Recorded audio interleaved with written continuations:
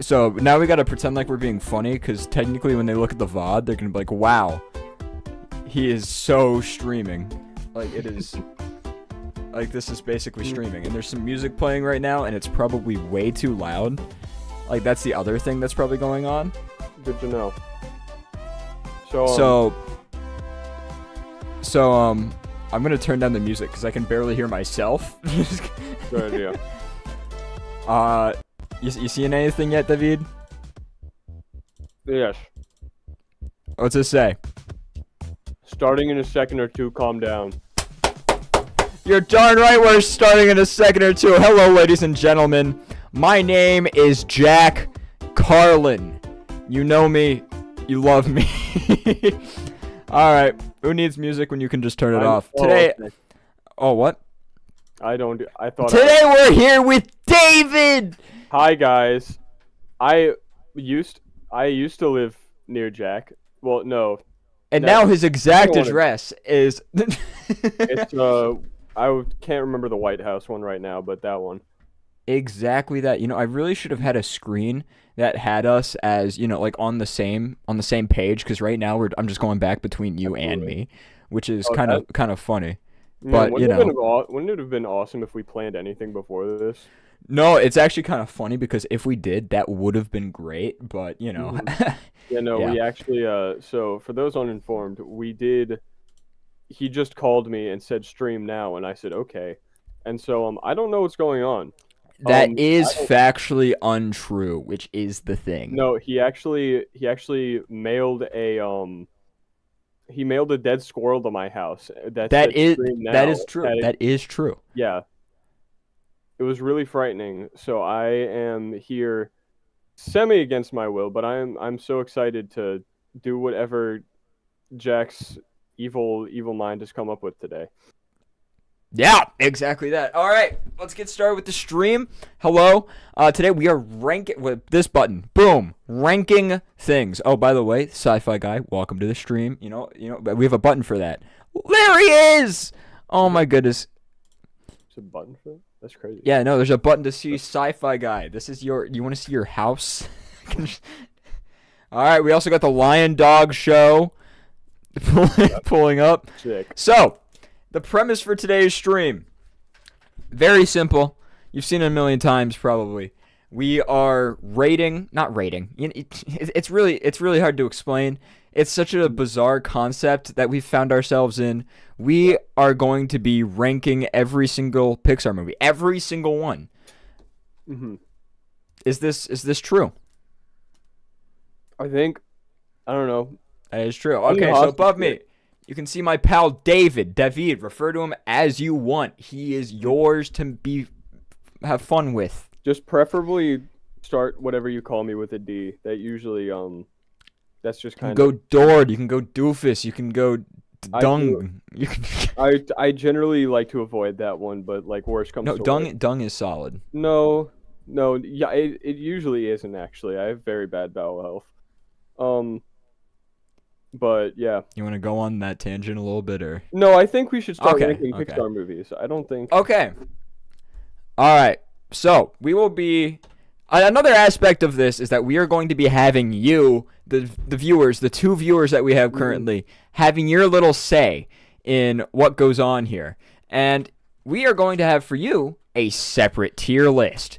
So I guess right now between the two of you, you're going to be able to type in chat the movie. Or like where you want the movie to go, and you can say we're doing this not on a tier list system but a ranking system, to be clear. So this isn't like a this is definitive. You know, it's not like they're both A tier. No, this is 1, 2, 3, 4, so on. I really like just pausing for you to do something. It's great. The chat or me? No, you like. Awesome. Okay, I love how specific and particular you are. You know what? I'm gonna go close my door behind me. That's an awesome idea. Is he gone? All right. So. Not gone. Okay. When you guys are ready to vote, after we finish our discourse, we will be, I guess, accepting freedom of speech for a limited amount of time. All right. In the meantime, David, are you ready for this? I'm ready. I'm ecstatic. Can't you tell? I can tell very clearly. All right, so what we're going to do real quick is we are going to make it so that I can actually see the statistics of what's going on, because right now my entire computer is exploding. What you just heard there was actually a live bomb being activated in my house. All right, are we ready? Right in the lines of those terrorist accusations. Okay. Over here, you can see this is where we're going to be for the next who knows how long. So, I think it's time we get started. All right, let me push the right buttons. I think we should start in one place that's very near and dear to a lot of people's hearts. Toy Story, David. Toy Story. Which one? So I think we get straight to this. We got Toy Story 1. And you know what? Okay. Because we're such great planners, we're going to add one more row down here. And this is going to be in holding for decision. So, the focus of what we're talking about right now. I see. All right. So, we got to start with Toy Story 1. This brings us back to 1995. It's the classic 3D animated film. Everybody knows it. A good amount of people love it. And here's the other thing. We can change where we put these things. It's not final. We're indecisive. No, when we put it, it's set in stone. There's no room for flexibility here. You want to keep talking or like die? I could do either, really. I make the rules here. No, go ahead. So right off the bat, I want to say that Toy Story is one of the Look, okay, I'm not the freaking Pixar scholar that you are, okay? But like you said the one quote. No, there's other ones like when Woody gets when You just threw yourself back in the same pit you already fell in. No. Okay.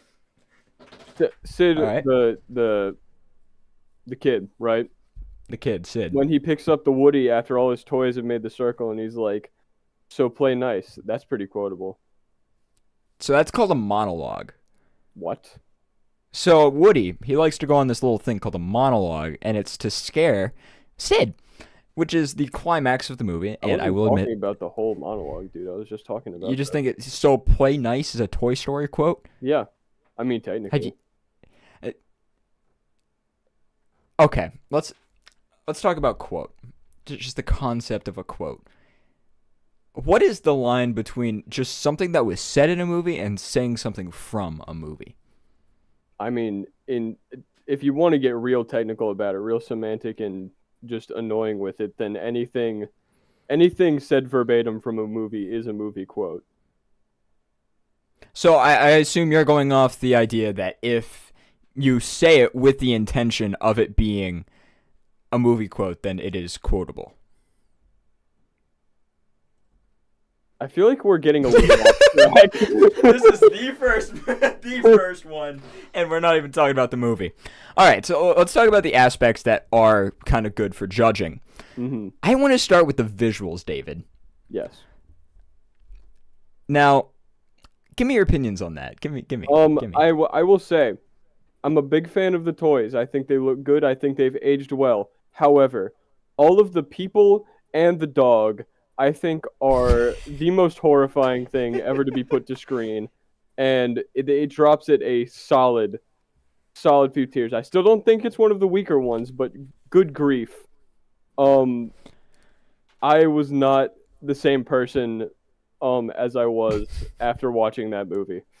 It's just a dog. It's just a dog. No, you know, the people hurt my eyes too.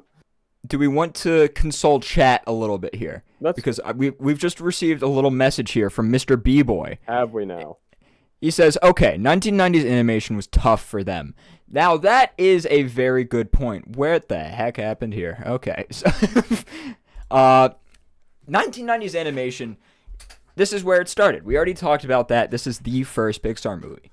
But it was innovative, but it still holds value because of that.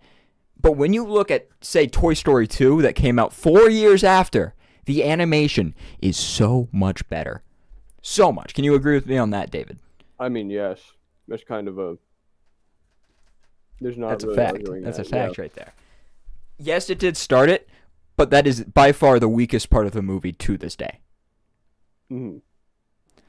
So, right off the bat, being really, you know what? Here, let's look at the chat a little bit more because they keep on adding some good points. The toys hold up since they centered the toy plot around the limited animation.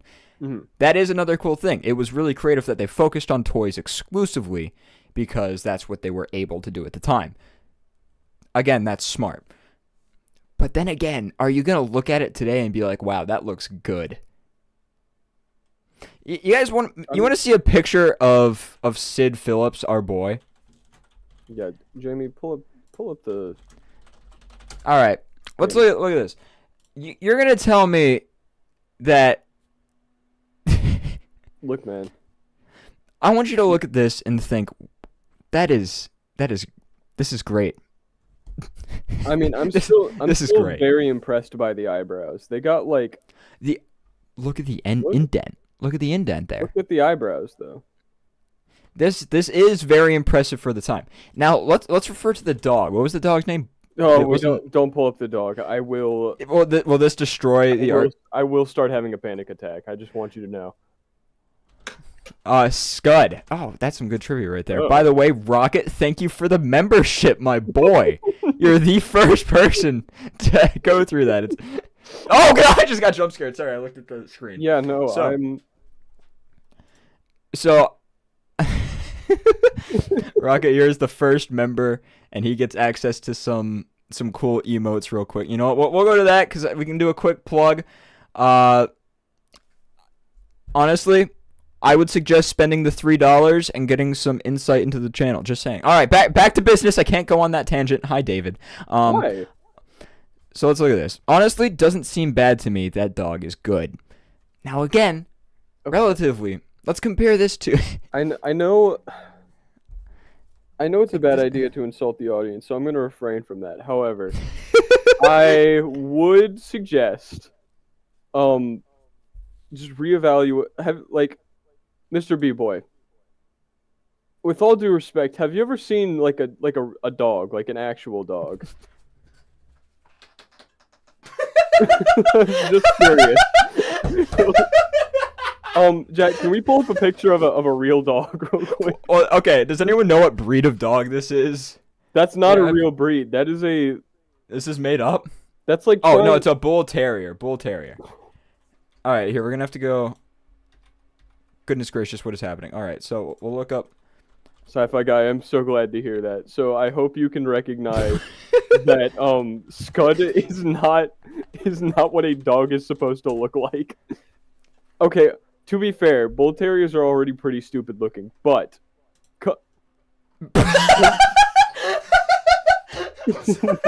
what? This is not the dog. Goodness gracious. I like how we cannot talk about the movie for more than 2 minutes before getting to like freaking missiles. Oh, okay. Continue your thought. Here's our two images. Yes, okay. Like, look. The only thing that is even like vaguely similar is like the color and head shape. Everything else is so incorrect. They got the most recognizable feature, with that being like the bull terriers have like unusually small eyes. But then again, I think eyes are part of the things. They went I will be honest. They look a lot more similar than I was ready for. I disagree strongly. I think they got the silhouette right, but everything else is just. Okay, well, let's go. Let's go back to this. I want to look at this and think, does it hold up today? Yes, it does. But comparing it to the other ones, we just need to find a place to put it for now. This is the first thing we're putting on the list. Mm-hmm. So we can come back and look at it again and compare it one-on-one. We can. I think we should put it down pretty low, as bad as that sounds. Okay. I feel like a few years ago I would have done the same, but with the amount of like the recent Pixar releases have been kind of rough, so I would put it in like the middle tier, because I think that there's at least like 6 movies below it. So yeah, I'm okay with putting it there for now. Now, but everyone in the chat right now who's freaking out about this, it can move as we go on. That needs to be made abundantly clear. If we determine as we go, I just read one of the it just read one of the messages. Thank you, fans from Roblox, but I don't think we have. We don't have the budget for that. I'm sorry, man. $50 would pay for like. We do not have the budget for that. Okay. Anyway. Toy Story here. It can move, but for right now, I think that this is a good spot. Now, before you guys freak out, you're here to be interactive. You read the title, viewers vote too. It is time for you guys to. Oh, that's the wrong button. How do you switch tabs? It's time for you guys to choose a spot. Now, I already looked in the chat. I saw a few guys. I see some agreement 15 to 21, some 15-16. I see 8. I see 2 people saying 8. So you can give me an exact number wherever you want to go, but most people are looking in this range. So what do we think? Because this up here is top 7. These are the best of the best. So what are we thinking? Are we thinking 16 to or 8 to 14 or 16 to 21? I got B. Middle tier? Solid. All right. So we agree. Going off what you guys said before, that's 16 to 21, 15, 18. Sorry, 15, 8.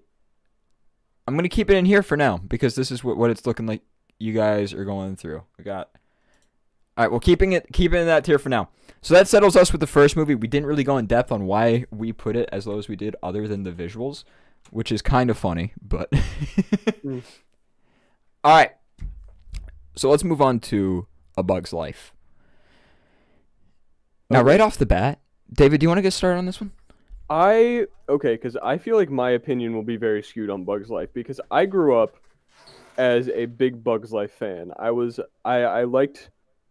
it. I liked the ants. They were silly looking. I liked the caterpillar. He was silly looking. But then I got into the real world. I grew up a little bit, got some hair on my chest, and discovered that most people really freaking hate A Bug's Life. I don't know what it is, but there's just such a big Bug's Life hate train that I don't think it deserves. So what's your opinion on it, Jack? I'm very curious where you stand. Well, the thing is, it's all right. And like when you think of a character from the movie, it's just like none of them are like, yeah, that's my favorite character. You're not going to find a favorite character here. This is another situation where the visuals, they're fine, but it's not like, it was like maybe a little bit of an upgrade from Toy Story because they didn't try to make a dog. But that's fair. Generally speaking, it was creative. It hit all the box for creativity, but it just didn't stick out with the plot. And plot is really a big driver for how these movies are remembered. That's why people love Toy Story, because it was something new. It was a plot put into this kind of situation. So I immediately, like right off the bat, I can tell you this is below Toy Story. Easily. Mm-hmm. Because Toy Story, it was good. It was just good. You want to look at the chat for a second? Yes. Right, so the big standout to me is the Lion Dog show. Seems to have some pretty strong opinions on it. Saying I'm not a fan of the liar revealed plot, which is fair. I kind of understand that. And also the circus bugs tried way too hard to be funny side characters. That's their job. Okay. That is their career. Well, let's address those points, because the circus characters, in my opinion, were pretty stinking hilarious. Because you got Heimlich, which is actually probably the most likable character from it. That is. I'm a cute little butterfly. That's a quote. That's a quote. That's my only point I disagree with you on before, is that no one has a favorite character from this. It is Heimlich. Everyone looks back at. He's the one, but then again, he's the kind of character that everyone loves once they remember him. But before that, it's like, oh, Heimlich, right? Like you need to be reminded of him before you. Yeah, I feel like no one. I feel like the biggest issue with him is that no one actually knows what his name is. But he's the caterpillar. They very well remember the caterpillar from A Bug's Life. Yeah. But in turn, like, and then again, I'll say this: the soundtrack, although most people probably don't even know what the soundtrack is, it was pretty dang good. It wasn't as good as Toy Story again. So right off the bat, I think we can go back to our screen here and just say, yeah, this is definitely in this range. Mm-hmm. At least for now. If it gets bumped up, it gets bumped up. But for right now, Pretty sure it's gonna right get here. bumped up, but I'm okay putting it there for now. Yeah, because at the end of the day, it's an all right movie. It's all right. No complaints. It's just it's good. It's good. There's not much else to say. I will say. Allow me to add the villain to the movie. That's what I was just gonna say. I think it does not get enough credit for like how satisfying the like villain death is. Like I feel like it's one of the best. This is definitely this is a great villain right here, and I think a lot of people can agree on it. But the fact that we're getting some messages. He's a top 3, and he's a great villain. Mm-hmm. But the problem is that since the movie's forgettable, he kind of hops in that train. Hopper. But I do think that he alone brings up the movie in terms of scoring. Mm-hmm. Those are the 2 redeeming qualities of this movie: the villain and the soundtrack, or score. I'm calling it soundtrack. Screw that. Caterpillar. I like the part where he got smited by the Disney CEOs. What? What the? What? That villain death scene. How did he die? How did he die again? Remind me. He gets the actual was it the so, ants, like it's after like, they do ganged the up like on him? fake bird plot, and then the actual bird shows up, and it grabs him, and then Oh my goodness! Yeah. Yes. Holy cow! I just remembered that. Okay, that is an awesome death. Hopper is really the structure to that movie. I love it. It's so good. But then again, the rest of the movie is forgettable, which is a sin, really. I think a big problem it had is that a lot of the character names were like just weird, man. That is true. Like, can anybody, without looking it up, tell me? Actually, let's start with you, David. What is the main character's name? I know his name is it's like Flick, I think, but that's who names their character that? It is Flick. It is Flick. I'll How give am that I to you. supposed to remember that though? Like if your main character's name could be confused with a weird sneeze, then it should not be their name. Yeah, and then there are other characters. Like there was some other character names. I think there was Dot. Yeah, Princess Ada. So they were kind of memorable, but after you get past Flick and Hopper, maybe it's hard to remember it's some just of the names. what type of bug they were. That's it. Plus, Ada kind of sucked. You know what? Let's get off this topic. We're going on a little bit. It's worse than Toy Story. It's better than others. We have to look at it when it's fighting for its spot. Yeah. All right. Are we ready to move on? Oh, wait a minute. We forgot to do this. All right, chat, where are we putting it? First time I've gotten to say chat unironically. Yeah, I say we just leave it as is. You guys agree in that? 15 to 21, not the bottom range, but it's like, all right, 15, 21, B tier from Rocket Man. Ooh, right up there with Toy Story. And remember, it can go up. We're not doing this based off tier list style. We're doing this off ranking style, just on a tier list because I wanted images. It's just it's a me thing. All right, we'll keep it there for now. Toy Story 2. I think it's better than Toy Story 1, easily. I'm sorry. Yeah, it just is. It just is. Animation, I think the plot is better. Animation got an upgrade. Dude, the introduction to Jesse, Prospector. It got the Bullseye. Queener scene. Dude, the Queener scene. Oh my.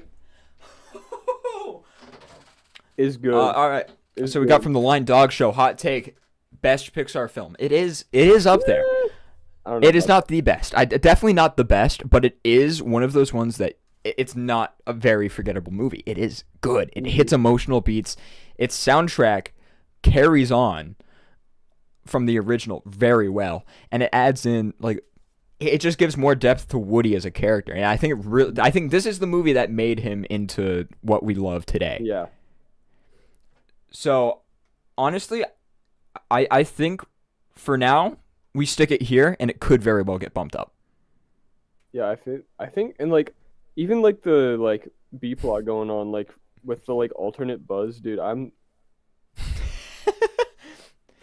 That Buzz is another really great part of the Toy Mhm. Story franchise because he plays a very important part, obviously, but Yeah. his side plots are always really entertaining. Like Mhm. we'll get to the third one later on, but I love that he's just speaking Spanish for like half of it. It's Wait, so good. is that this one or isn't that 3? No, that's the third one. That's the third I one. was gonna say.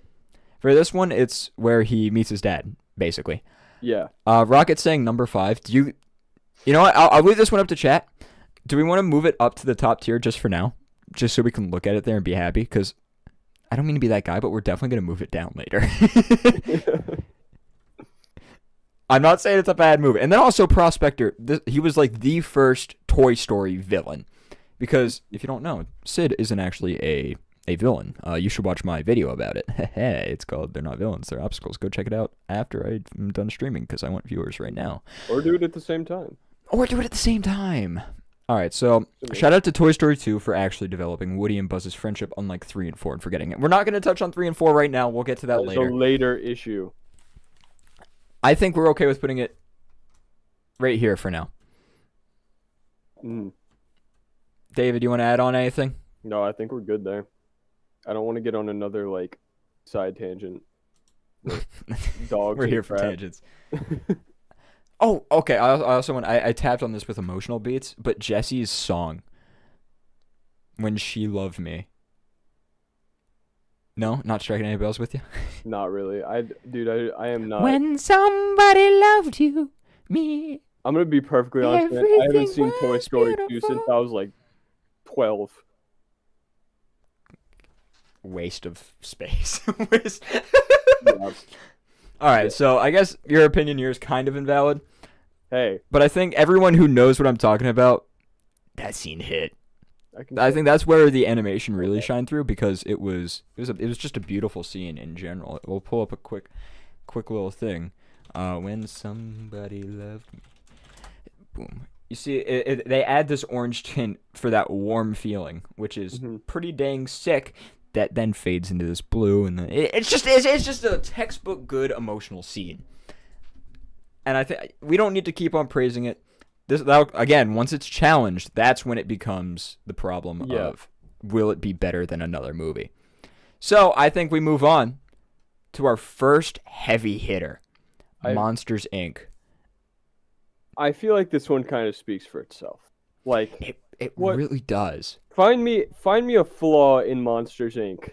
and then get back to me. 'Cause like, I have one small complaint with it. oh, So Randy and Water Noose. Now here's the thing: when you think of Monsters Inc. and you think of villain, most people think of Randy. And if you wanna look at Randy real quick, just for a quick reminder, because everyone knows him. yes.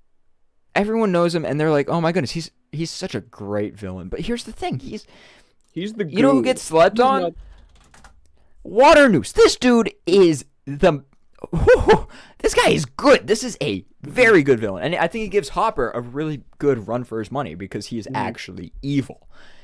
And I think that is a very, very good. I think that is It's that's good. another good thing of this like era is when the villains were actually evil. Like it wasn't like, oh, Water Noose wants to restore power because his family died in a freaking power outage or something. It's just nope, he's just greedy. It's just great. And that's so simple, but it's perfect because that happens. That's like an actual applicable thing. And it's not because he wants his company to live on. And that might not be out of financial, like it's nuance. There's nuance there because he wants his company to live on for what reason? His legacy, wealth, there's so many things that it could be. You can talk about it. You can talk about why is this character the way that he is. It's great. It's great. So I think that just boosts it. We're gonna throw it up in the 1 to 7 tier right now, I like that. easily. Yeah. Also, I feel But in terms of other aspects, I think this might be a hot take. I don't think so. This is the best friendship story out of any Pixar movie. No? Yeah? Okay. Well, I feel like Friendship like- story. I think the only other big competitor there. Actually, no. I take that back. Well, I don't. The only friendship. No, okay. That's such a bold take. There's Yeah, Ratatouille. There's Luca. There's Cars. There's. Yeah. We can't. Okay. Uh, I take it back. It's high up there though. Like Mike and Sully I are feel like so good. contextualized with Monsters University, it gets pretty up there, but on its own, True, I think true. it's kind of just even with the other ones. I you know what? I'll give it that. But then again, you have to think about just Mike is a hilarious character. Yes, that's what I was gonna say. Is that the character designs in this movie do not get enough attention?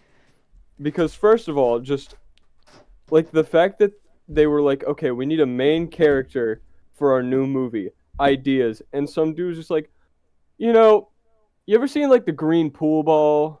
So what if we gave him horns and a mouth? And they're like, yes. All right, I'm gonna bring this up real quick. Another great. All the characters are really funny, but I think one of the highlights for me is this baddie right here, Roz. You probably can't see her that well. Probably wasn't the best way to phrase it. But one thing that's specifically funny about Roz is that she looks a lot like my math teacher. So I just wanted to throw that out there.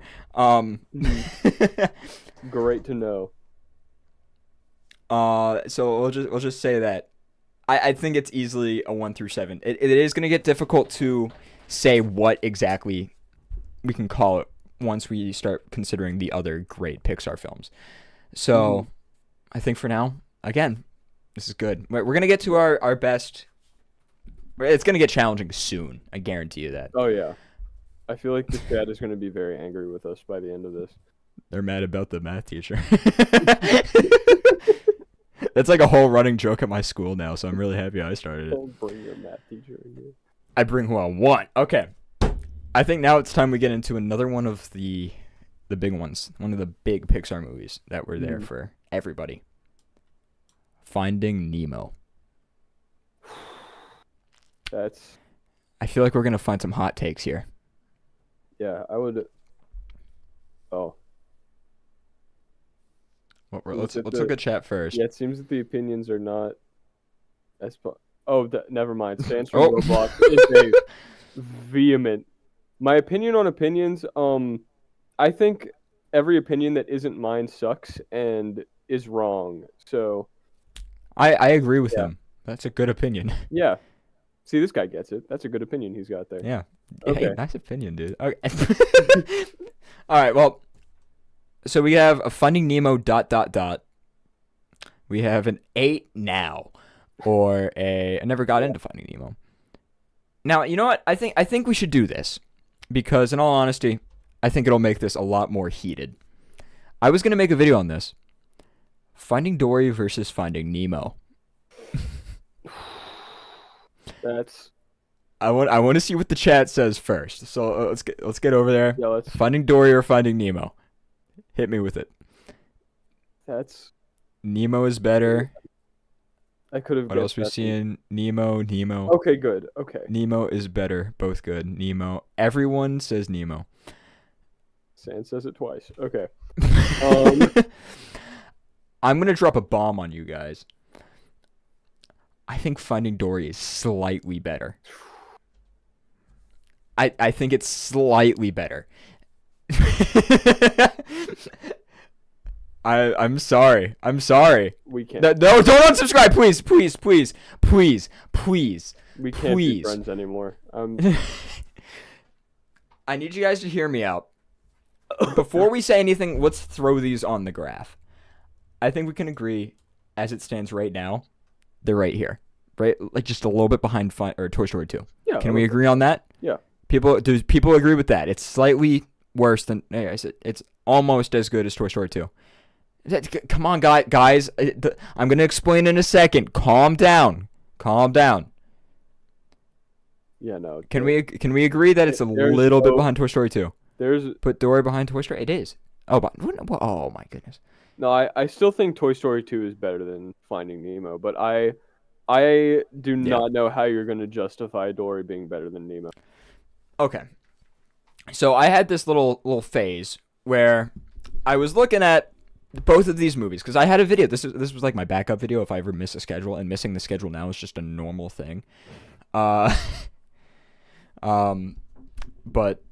this was gonna be the video that I made. I had a thumbnail made for it too, and it was Finding Nemo versus Finding Dory, which is better. And the hot take was gonna be, I think that Finding Dory is slightly better.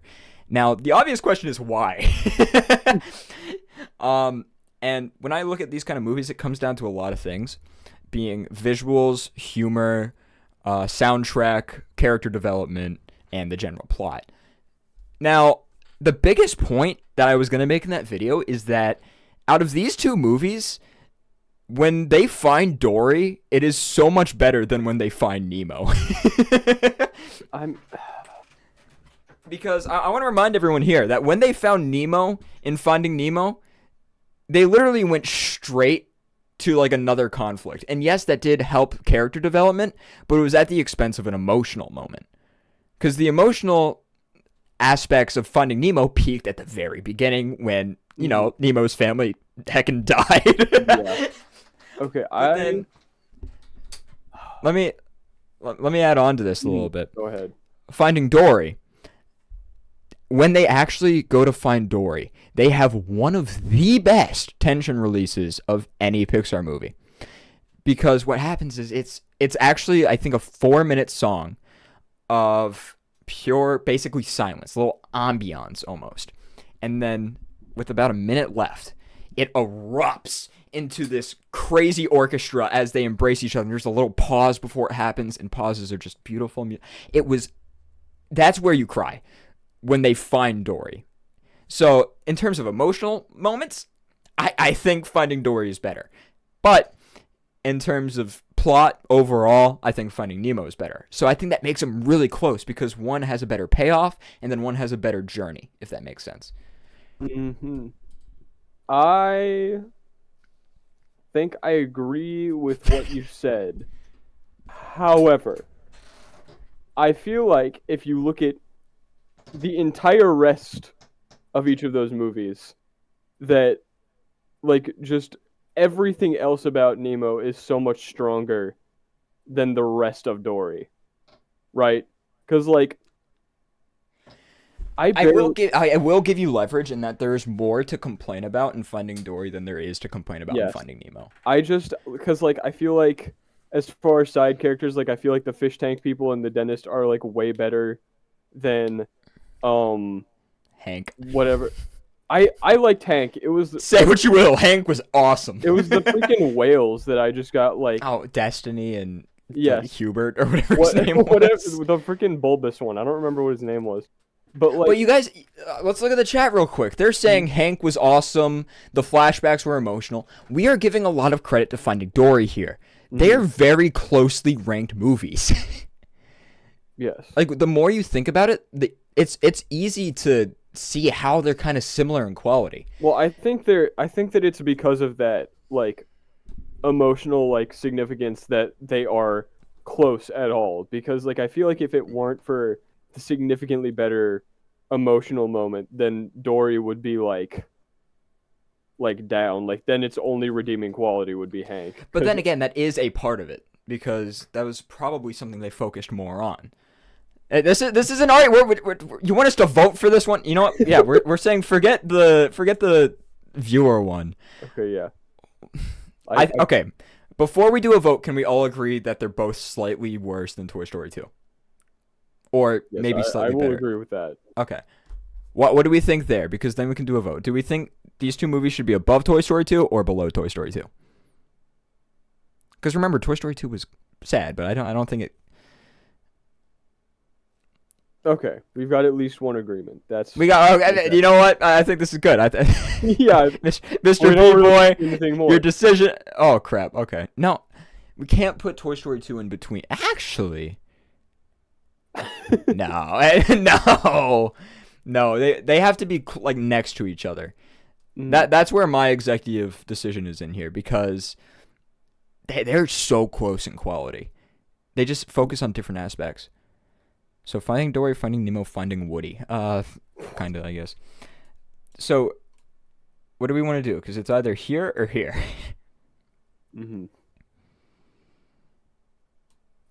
Below? They go below? Okay. I'll work with that. I'm okay with that. mhm. Now, Finding Dory or Finding Nemo? Go. Go. I feel Go. 1 sec. That's really awkward for David because now his parents are in here and there's just a big black box above Hey me. guys.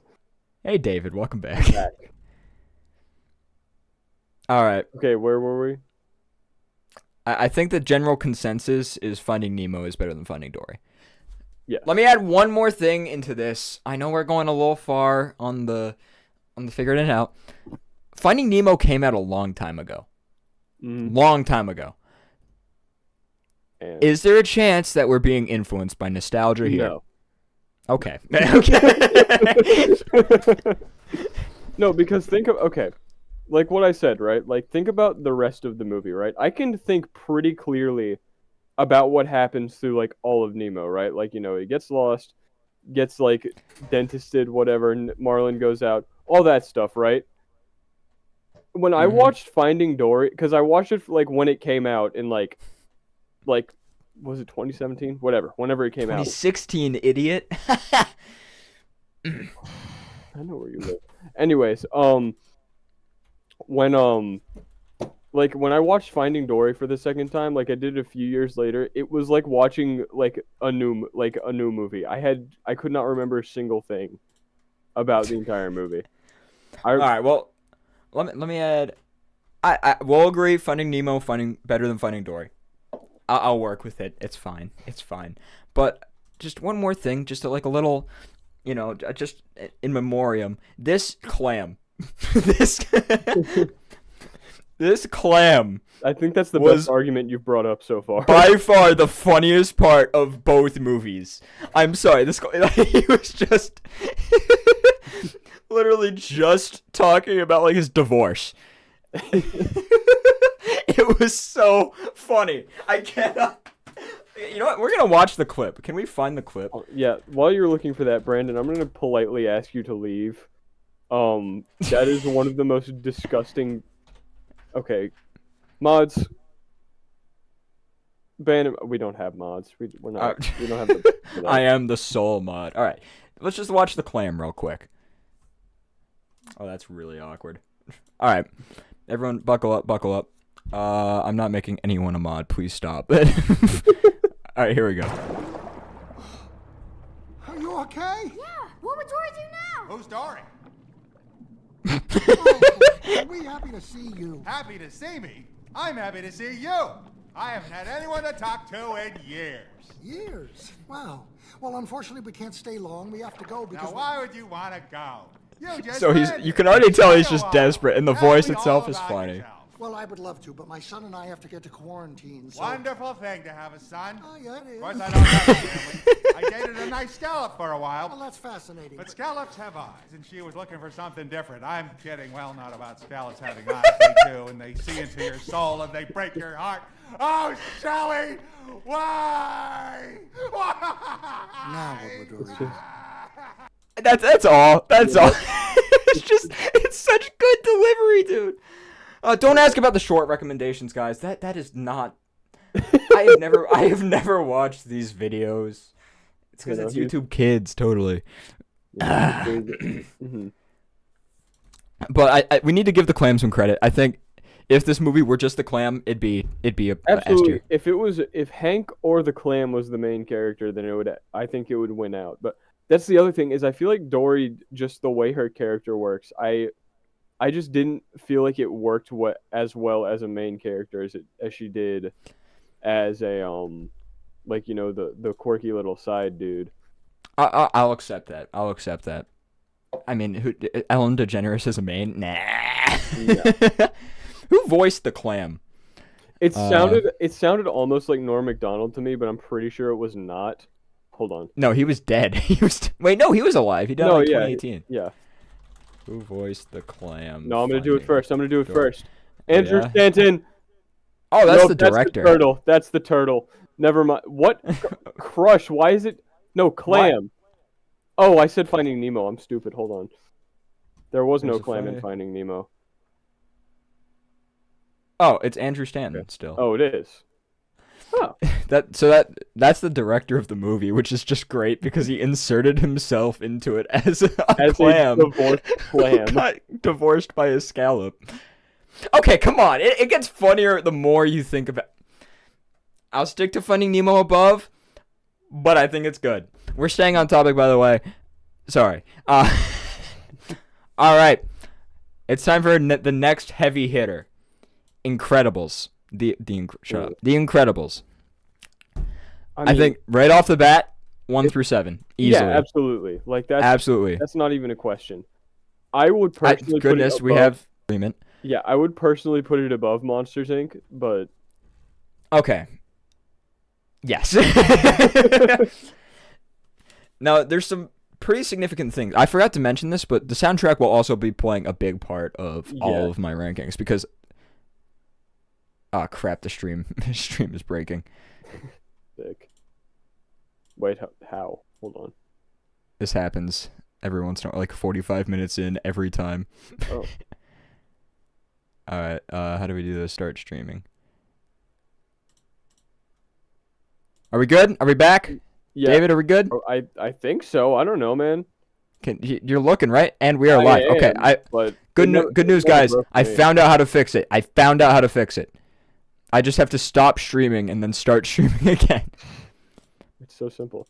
I really like how Rocket's his only contribution to the chat has just been every time a new movie comes up, he just says a single number and then that's it. Well, he knows what he wants. I respect that. And plus, his name is in green, so I read it, and it influences my decision. So if you want to influence my decision, spend $3. Get me to read your messages even more than I already am. It's just simple. I became black. Don't acknowledge the message, David. All right, let's get back on topic. Wait, I did become black. Wait, hold on. What? Hold on. What do you mean? Oh wait, I think it fixed. Okay, we're good. What's going on? Just look, that sci-fi guy says David became black, and I did, and then I fixed it. I think. All right. Well, let's go back on subject. I was going to talk about this with Right. Finding Nemo, but I forgot to. So the movies that we were looking at first: Bugs Life, Toy Story, Toy Story 2, Monsters Inc. They're all scored by the same guy, Randy Newman. He's a legend. He does a lot of the Pixar stuff. But Finding Nemo and Finding Dory, or I guess Finding Nemo, was the first big introduction to other composers. And this here, namely, was Thomas Newman. And I will say Thomas Newman is not exactly the best soundtrack maker. If you want me to elaborate, it's because all of his songs sound the same and I can prove it. But that's for a video, so we're not going to go on that right now.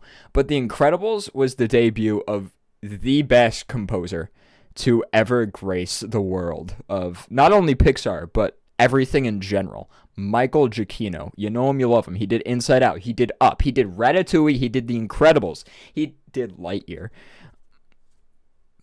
which had a good soundtrack. Give it at least one redeeming quality. And if you don't care about the soundtrack from any of those movies, he did Jurassic Park. He did Star Trek. He did heckin' Lost. He did Spider-Man. He did Doctor Strange. This man made everything. So you've definitely heard Michael Giacchino stuff, and you know he's good. So immediately, The Incredibles is the first place where I think that the soundtrack is a stick-out part. Because this is the first time that I think one of the a Pixar movie kind of got like a stylized soundtrack. Because Thomas Newman, he has a very distinct style, which I guess would be technically stylized for Finding Nemo. But Randy Newman, almost all of his soundtracks sound the same as well. He uses the same instrument templates basically, and except for Monsters Inc., which was more jazzy, but it was still the same instruments.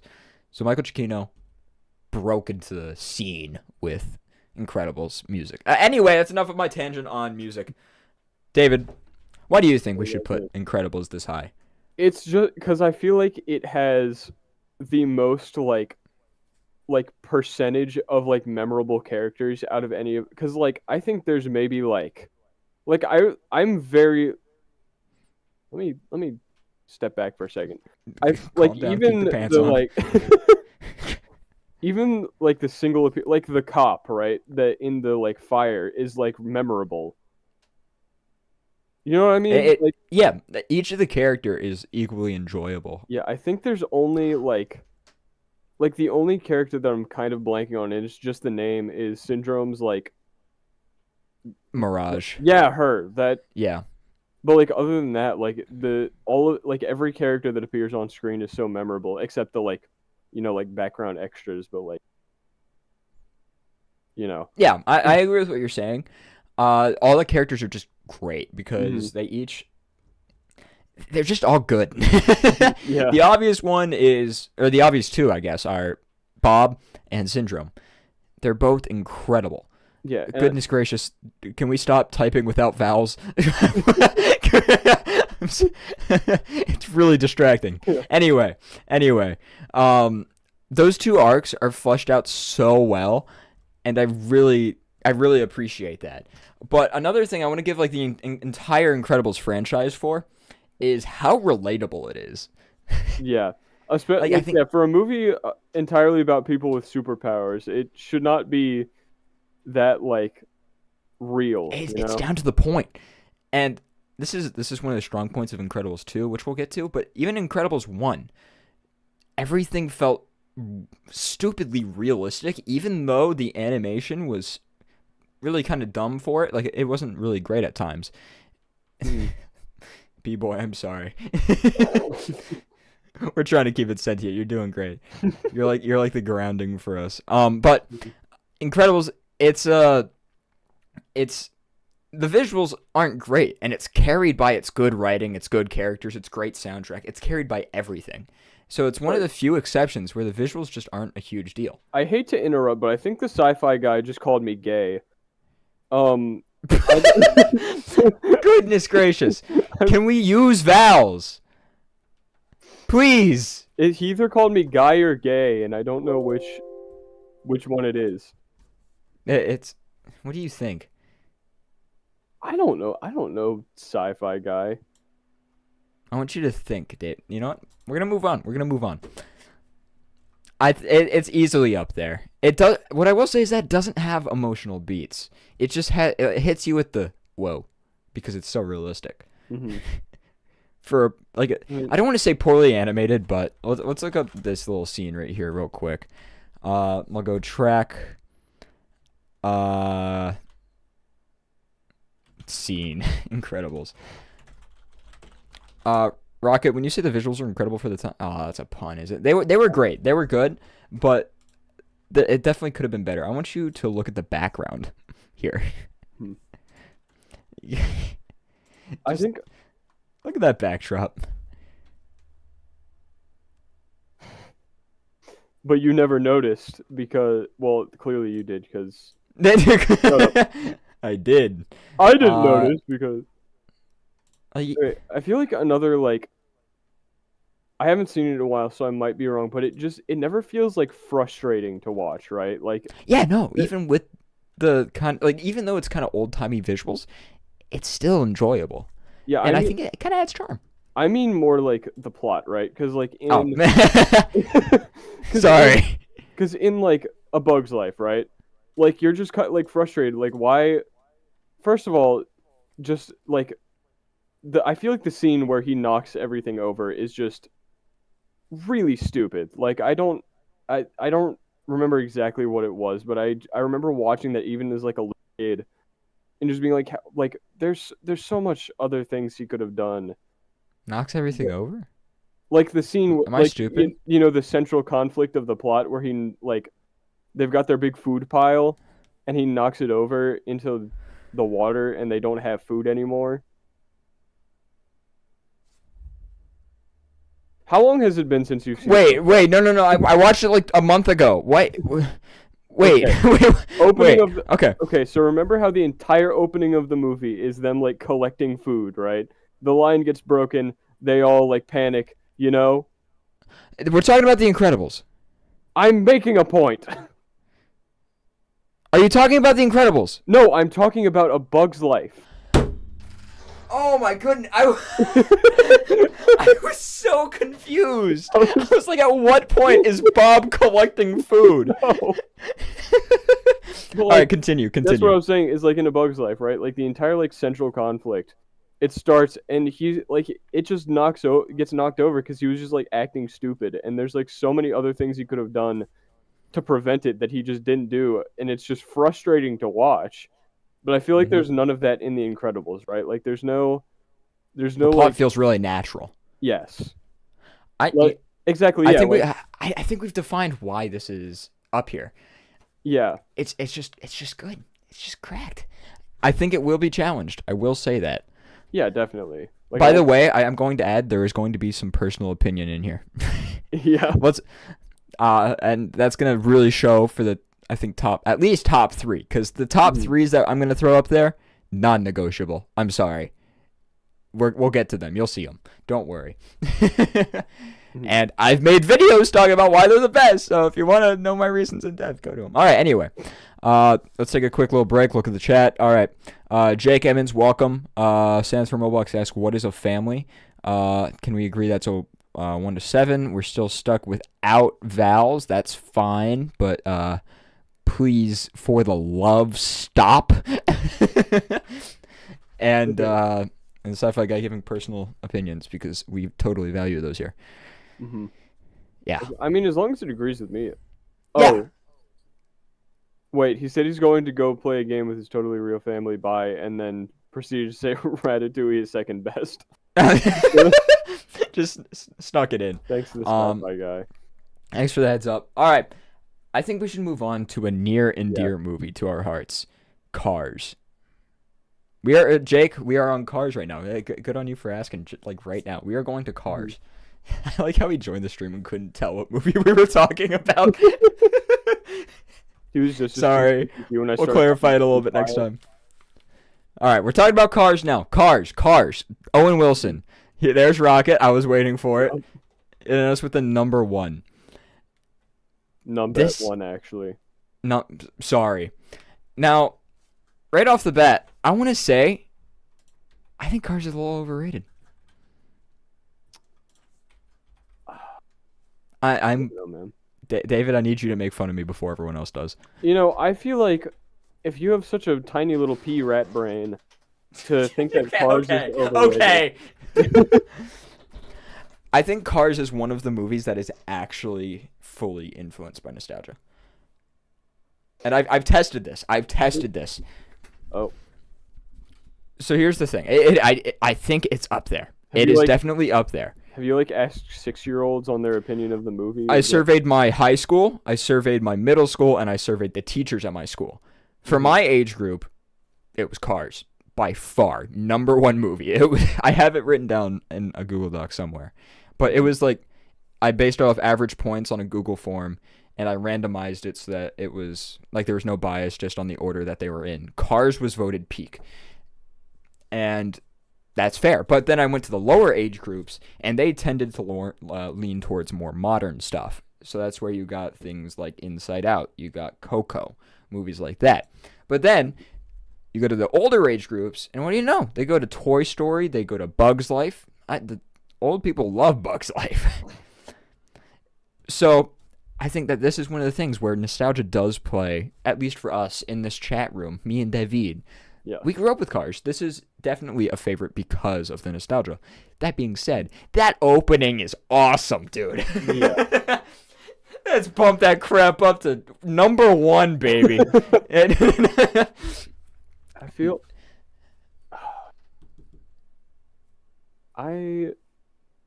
with the like nostalgia, because I was gonna rank it pretty high, but now I'm like trying to actually think of like specifically why. It is up there. This is where the graphics of Pixar movies really start getting good. Mm-hmm. Like noticeably awesome to like today's standards. Back then, they were awesome, obviously. But this is where it really started to be like, oh yeah, I feel this is good. This is good.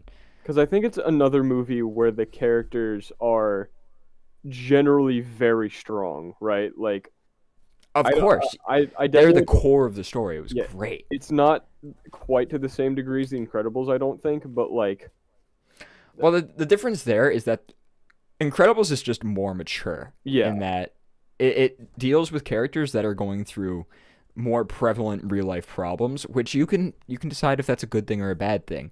Whereas Cars, they tend to. You just saw Rocket's comment. Didn't you?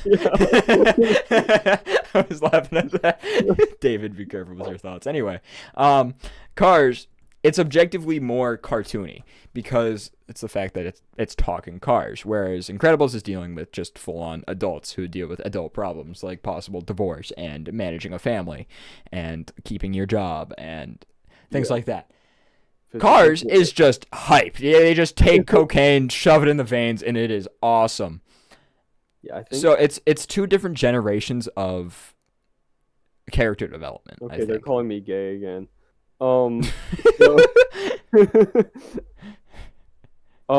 Yeah, I think I don't know. I feel like I need to marinate on my Cars thoughts. Okay. Let's throw it up here. Yeah. Now let's do it tournament style. Is it better than Monsters Inc? I don't know. I don't, because I just That settles it. I think Monsters Inc. at its core, it really goes down to Mike and Sully, and they it's such an extreme focus on them, and it's great. Yeah. Cars, it's such an extreme focus on. When you think of Humility. Cars, the best part, yes, it's Lightning McQueen, but like the other parts of it are just like little beams for Lightning McQueen to stand on. Yeah, it's just kind of because It all works to filter into Lightning McQueen, whereas Monsters Inc. has emotional moments. It has multiple awesome characters. It has one of the best villains. It has a very memorable kind of villain, Randall. He is a villain, but he's not like the main villain. Yeah, because Cars doesn't really like the only like villain in Cars is like maybe Chick Hicks, but also Closest. or, like, huh? I think He's Yeah. the closest. But he's also like he's just too cool to be a villain. And then but like also like yeah, it has like the same like Mater and Lightning have their like little like friendship plot, but they just go like cow tipping and then like there's That is one of the friendship movies. Out of all the friendship movies, that's one of the ones where the friendship isn't as prevalent because the movie at the end of the day is about getting past your ego, and it's kind of grounding yourself in reality. That you can say the message is to slow down and enjoy life for what it is, but it's really you're not the stuff. No matter how cool you are, you need to have it's all about ego. That's what the movie is about. That's what you can't argue that. That is the core of it. Yeah. And that is a really great thing. But Incredibles, they just handle it in a more mature way. Yeah. They're actually very comparable movies. And they both do different types of things. But I do think Cars is here. Not because it's worse per se, but it's just a different level. Like, it's Incredibles is just, it's good. I would rather watch The Incredibles over Cars. And then Monsters Inc., it's definitely not as comparable, but it's just a better story, I think, in terms of plot. Mm-hmm. And also I think the characters are better. It's just Cars has everything that's decent, but they don't really only have one good character for character development. Yeah. But I like the movie. Mm-hmm. Okay. We're moving on. We like that? We like that. Okay, David, I was talking to you, if you couldn't tell. No. Definitely couldn't tell. All right. Let's move on. Ratatouille. We got another big hitter right here. Yeah, we have several in the queue that are just like It's just hit after hit. Yeah. This is what Pixar's known for. This is such a hard one to do because this is what I mean. Oh goodness, calm down, Mr. B boy, calm down. Calm down. Stop. No, I really wish our chat had stronger opinions. I think they're just too wishy-washy on all this. Are they thinking one? I like how. All right, so I think unanimously, almost. Yeah, no. I think this is the first 5-star movie we have. Really? Like this is. It's hard. This is a great movie. It's just great. It's great. I don't know. I think chat might disagree with you. Oh, yeah, you're right.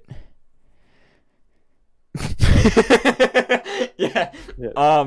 But let's think about it. There's so many aspects of this movie that are just perfect. Mhm. There's so many aspects of it. This is something that I think everyone can agree is one of the best Pixar movies. Rat has good movie mojo. What Yep, does that okay. even mean? I agree with that sentiment. Rat does have good movie mojo. Yeah, I think this is the only downside I can think of Ratatouille is that it makes me hungry every time I watch it. So, and that might be a compliment to like the animator. So I don't know. You know, I want to think about that. I have 4% on my phone. I should probably try. You know what? That would be very wise. You know what? Here, who needs a phone when you just have a laptop? So Okay. we're gonna go to a website where I wrote down a review for the movie, and I can't remember what I wrote, and I think that's gonna dictate what I say on this.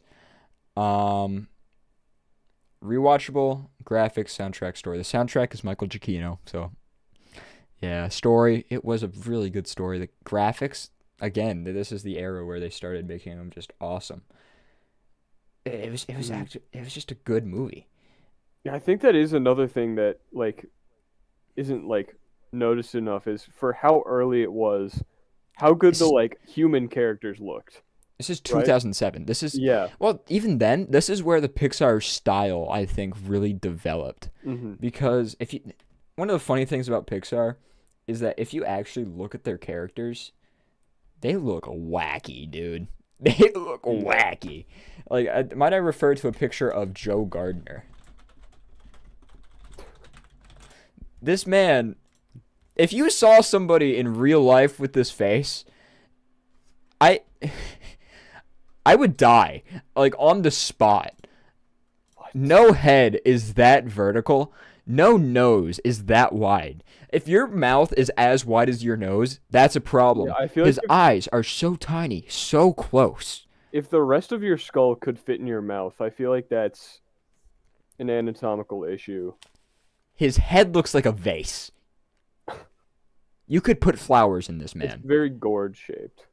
Yes, that is, but still, somehow, it looks natural. That's the incredibleness of it. And then if you, for the sake of looking at it, Linguini Alfredo, also just a banger name. Oh gosh darn it, I forgot. I like that the name, like to find them, it's Linguini Alfredo Ratatouille. It's just 3 different foods. That Anyway, is 2 different. Okay. look at this man. Nose?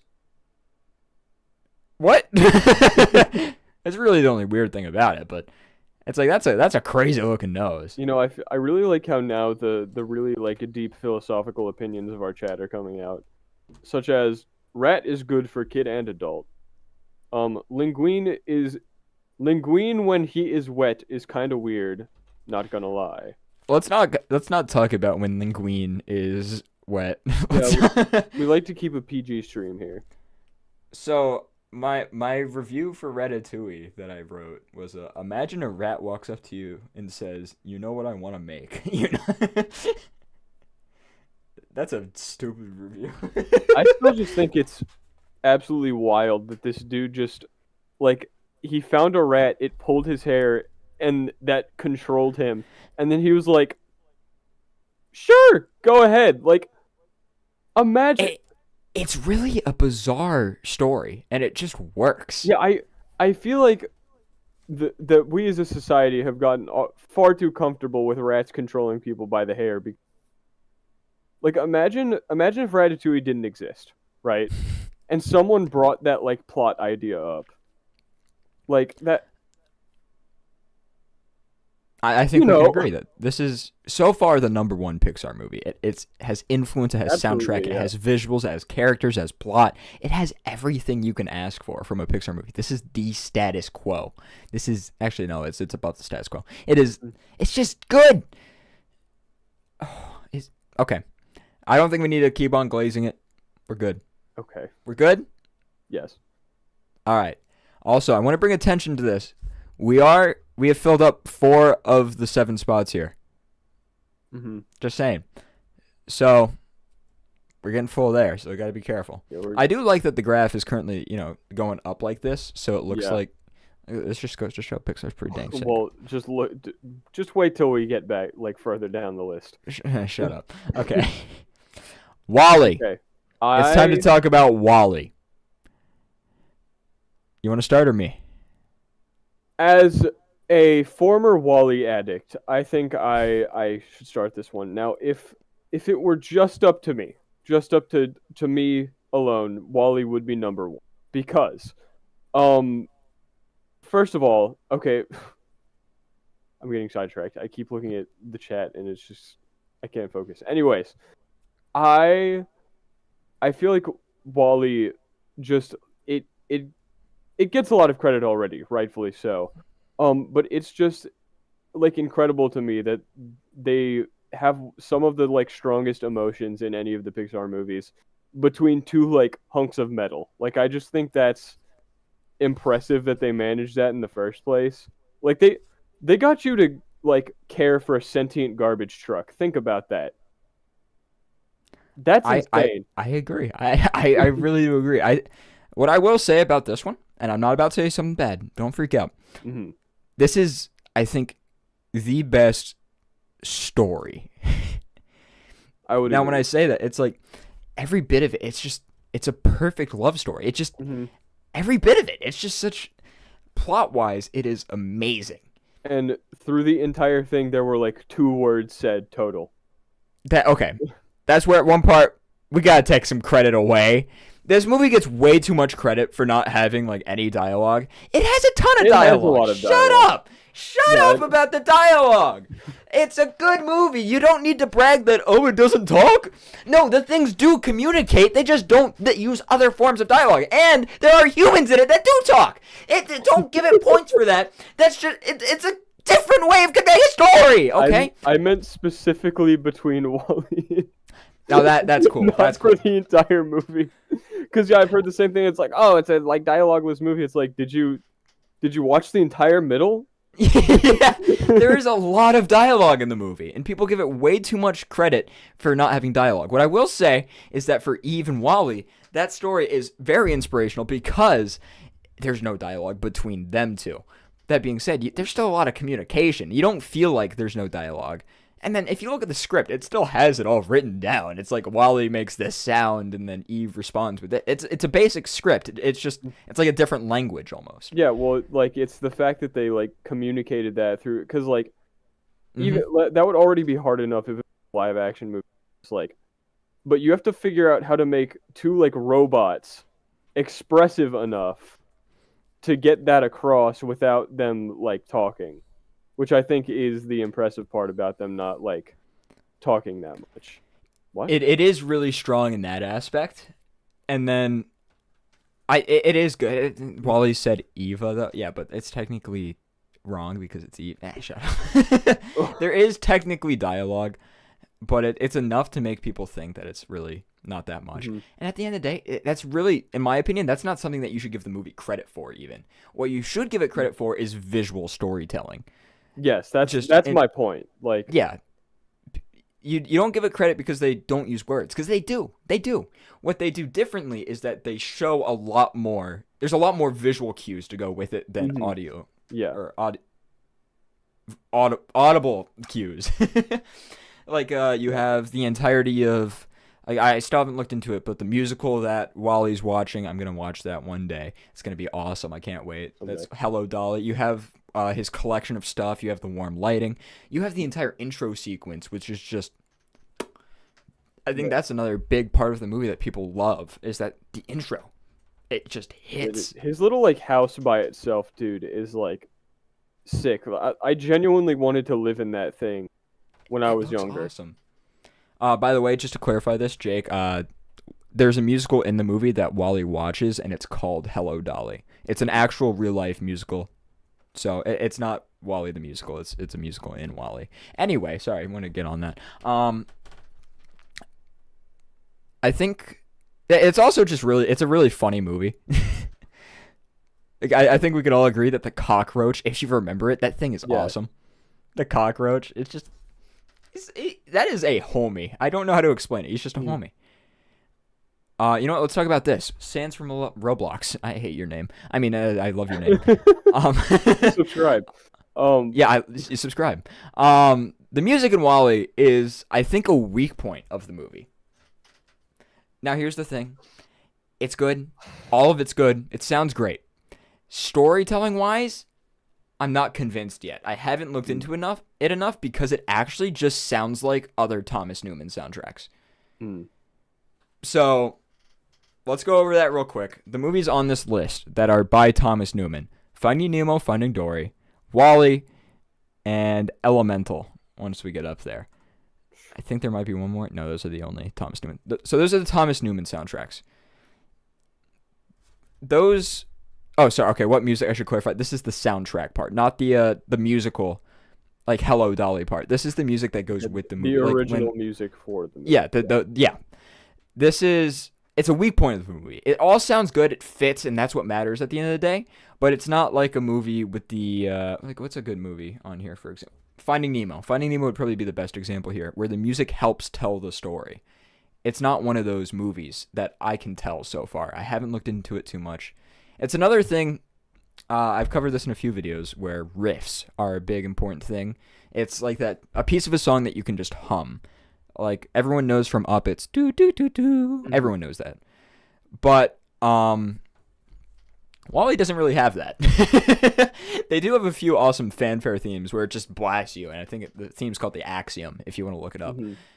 But musically speaking, it doesn't really hold any significance, which I think does drag it down a little bit, but it's still really good. It's just a pure story, and I love it. All right, let's talk about ranking, David. Let's better than Monsters, Inc.? I would say so. And Better than The Incredibles. I would personally put it above The Incredibles. I think I would too. Yeah, I feel, and then, like, again, if it was my, like, biased thing, I think I would put it above Ratatouille, but I don't know if I can do that. Yeah, no. This is my tier list. Hey. Jake says, I think you mean motif rather than riff. Yeah, they're interchangeable, except motif is technically in literature. So it's like if I reference like a bird at one part and then reference a bird later on, that's motif. But if I reference a riff, then it's specifically music. So it's motif just represents meaning. Riff just means repeating. It's pretty close. I don't know, it doesn't really matter. Anyway, sorry. I think we should throw WALL-E right behind Ratatouille. Yeah. It's not better than Cars though. Hey, Rocket. Shut up. Move Cars above Monsters. We'll come back to that later on. Let's finish with WALL-E. I think it's just a pure story, and it's beautiful. It's beautiful. There's nothing else to say about it. There are a few things to complain about, but it is, at the end of the day, just a beautiful story. And that's what film is about at the end of the day. If you can make a beautiful story, no one cares if your movie has deeper meaning. If it's good, it's good. When it comes down to it. Why are you unsubscribing me from what? Shut up. I feel like this is... Oh, sorry, go ahead. I really appreciate the emotional roller coaster Sans from Roblox has been on the stream so far. We're having a whole arc of subscribe or not subscribe. What I will say is that the field that I'm in with this opinion based stuff and all of that with what's it called? Pixar stuff is that it's really hard to give an opinion and then have people not freak out. Because I have a few videos where I literally just rail on Shafrillis. I'm sure you guys know who he is. I just rail on Shafrillis because I disagree with his opinions. Now the thing is, I don't really disagree with him on a lot of things. Now, this is my PSA to everyone here. If you disagree with me, that's fine. I do not care. You can unsubscribe if you want. I'd recommend subscribing personally, but at the end of the day, my job is to talk about these movies, and no matter what, I'm going to have an opinion on it. So, sorry, I guess. I'm going to be disposed to liking a movie more. If you don't like it, don't watch the video. Or you can watch the video and get the perspective of somebody who does like it. It's all about different perspective, which is something Ratatouille covers. But, it doesn't matter if we have different opinions. You can still support my content. I can still support you as a viewer. It's great. It's fine. I still watch Shafrillo's videos. I don't have to agree with them all. Anyway, that was a little tangent. I figured I should cover that. Welcome to the chat, Jumping Spider. Bug's life should definitely be 100% higher. Maybe later, not right now. It is not better than any of the movies on Jumping here. Spider would be up for freaking Bug's Life. You were in it. You were in it, weren't you? And that's why you wanted to be. Bug propaganda. Anyway, I think this is good as controversial as it may be. We at the end of the day we can all agree that these are good movies. If you don't, Yeah. that is the one opinion I say. Well, I okay, gave up on that one. All right, I think it's time we look at Up. You want me to start on this one? Yeah. I'll try to keep it brief. I feel like I'm talking a lot. I don't think I could say like a quarter of what you're about to on this. So go right ahead. All right, you know what? Let's stand up for this. You know what? I'm getting full cam wow. for this. Darn you, David. I'm in my jammies. What are you going to do about it? I mean, All right, ladies and gentlemen. My bottom half. Here's the Hey, shut up. This is my bit. Here's the thing. You can't see my head, but that doesn't matter because the facts are coming from up here. They're going into here. It's that simple. This movie's perfection. But here's the thing. I've seen it actually about 60 times. I'm not exaggerating, about 60 times. Now, the thing about this movie is that it is so beautifully made and it is so chaotic in the best ways. I think this was the introduction to people experiencing sadness, like on a large scale. Like, think about it. When you watch Up, everyone can agree that that first opening is sad. I made a video, the video flopped, but it was about montages. That opening montage, people loved it. Loved it. That introduced people to what a good opening can be. What else is there? This is one of the best writings in terms of motifs. They have the bum, bum, bum, bum, which is one that's a motif everyone can recognize. Sorry, riff. I got you. Whoever said that earlier, I think it was Jake. Sorry. But they really nail that down, and it is beautiful. And if you want proof that I know this, I've listened to that soundtrack for about 500 hours. Take it or leave it. I like this soundtrack a lot. This isn't one of the movies where the visuals are simple enough to just serve the quality of the story itself. The villain, he's a good villain. He's a twist villain, but not in like the way you'd expect. I made a video on it. Go watch it. The villain video. Please. That's a good video. There's a lot of aspects to this. There's two emotional peaks to this movie. People only recognize the first, and the common argument you see with this movie is that after you finish the first 10 minutes, it kind of sucks. That's dead wrong. I'm sorry. That is wrong. The rest of this movie is awesome. Forgettable? Maybe, but I've seen it 60 times. So, not forgettable me. I kind of know it. It is so beautiful how everything plays on. Okay, maybe I'm a little biased. Like, I'm thinking about it now. Yeah, I am definitely... You're definitely losing Mr. B-Boy. He is not happy. Yeah, no, Mr. B-Boy is not happy. But... Oh, never mind. Oh. I was wrong. Switched up on a dime. I do think that this is one of the best Pixar movies. That being said, I don't want to rank it super high because I've seen it so much. And I know that sounds ridiculous, but I've watched it so much that it's become kind of like, it's not as good as... It's a good movie. I just don't want to watch it right now. Yeah, David, what are you doing right now?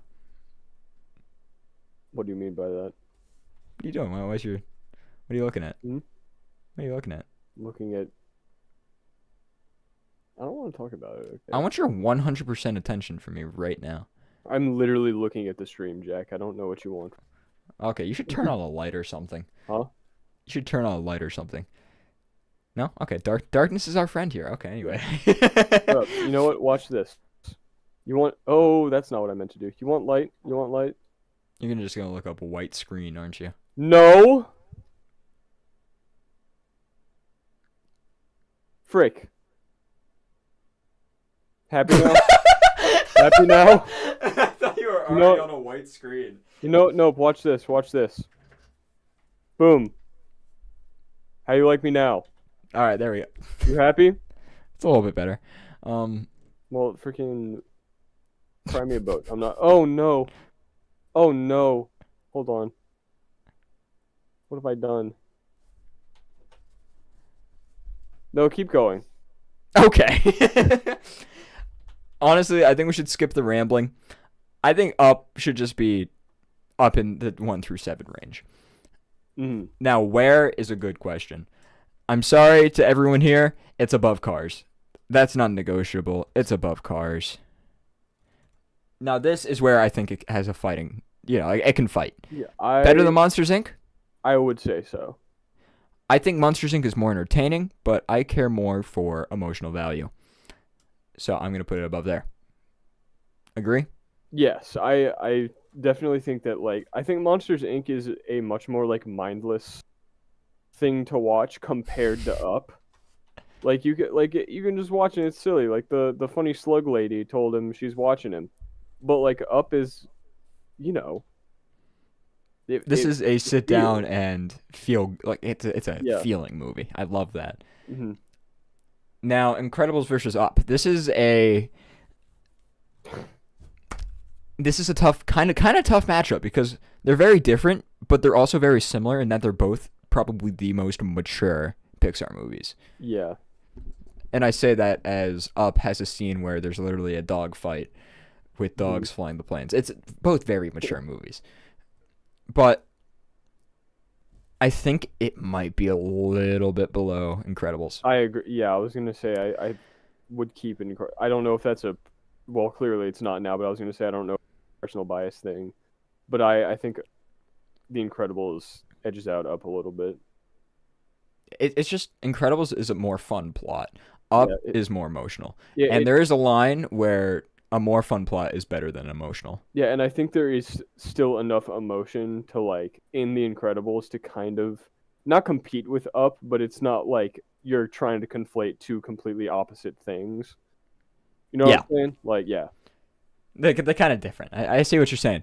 So I think we can agree that 4 is a good spot. 4 is good. Okay. We agree? Okay. Yes. This is between you and me, so I'm happy with that. I'm excited about this one. Moving on. Toy Story 3.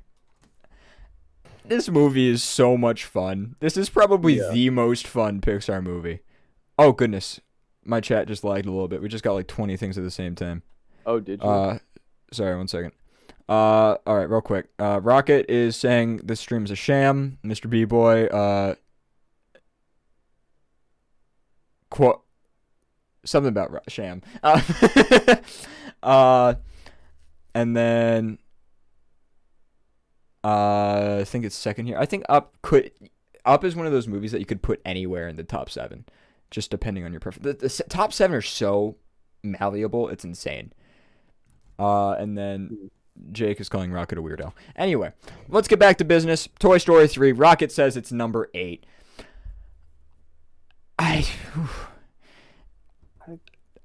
It's up there. The visuals of Toy Story 3, I think, are the best because Toy Story 4 gets into the point where the visuals are excessive. Like, yeah. Like, just think about all the Toy Story movies. I think Toy Story 3 looks the best because it's not too much. It's complex enough to the point where it's like, whoa, that's a good looking movie. But it's not so much that it's like, goodness gracious, calm down. That's too much. So, thinking about Toy Story 3, you have Lotso, which is probably one of my favorite villains. Like, I think he might be my favorite villain. Mm-hmm. He's just a cool dude. Then I like that guy. Lotso's theme, this was like the first big variation of the Toy Story soundtrack, and it's great because you add in, like, I think it was I don't know the instrument, I think it was an accordion for Lotso's theme, and it's just a good theme. It's like he sounds like a mafia boss. It's great. And then he's Lotso's just such a good character. Yeah, and I think he's one of the few times that like a twist villain kind of thing was pulled off well, which is impressive. Yeah, it definitely wasn't a bad one. You could definitely see it coming. Like, it wouldn't be surprising if you... Yeah. My ideology is that you should never really fault a movie if it's predictable. It just needs to be satisfying. If you can guess the movie and it's not satisfying, then that's a bad thing. But if you can guess the movie and it is satisfying, then who cares? But Lotso, he was just satisfying once he became the villain. He was a good villain. Origin story was good, and then I think the highlight of the movie is the ending when, Yeah. like, obviously that's such a high point, and we'll come back to that with Toy Story 4. But again, I think this has to be in the top category for now, and it could get booted out. Mm-hmm.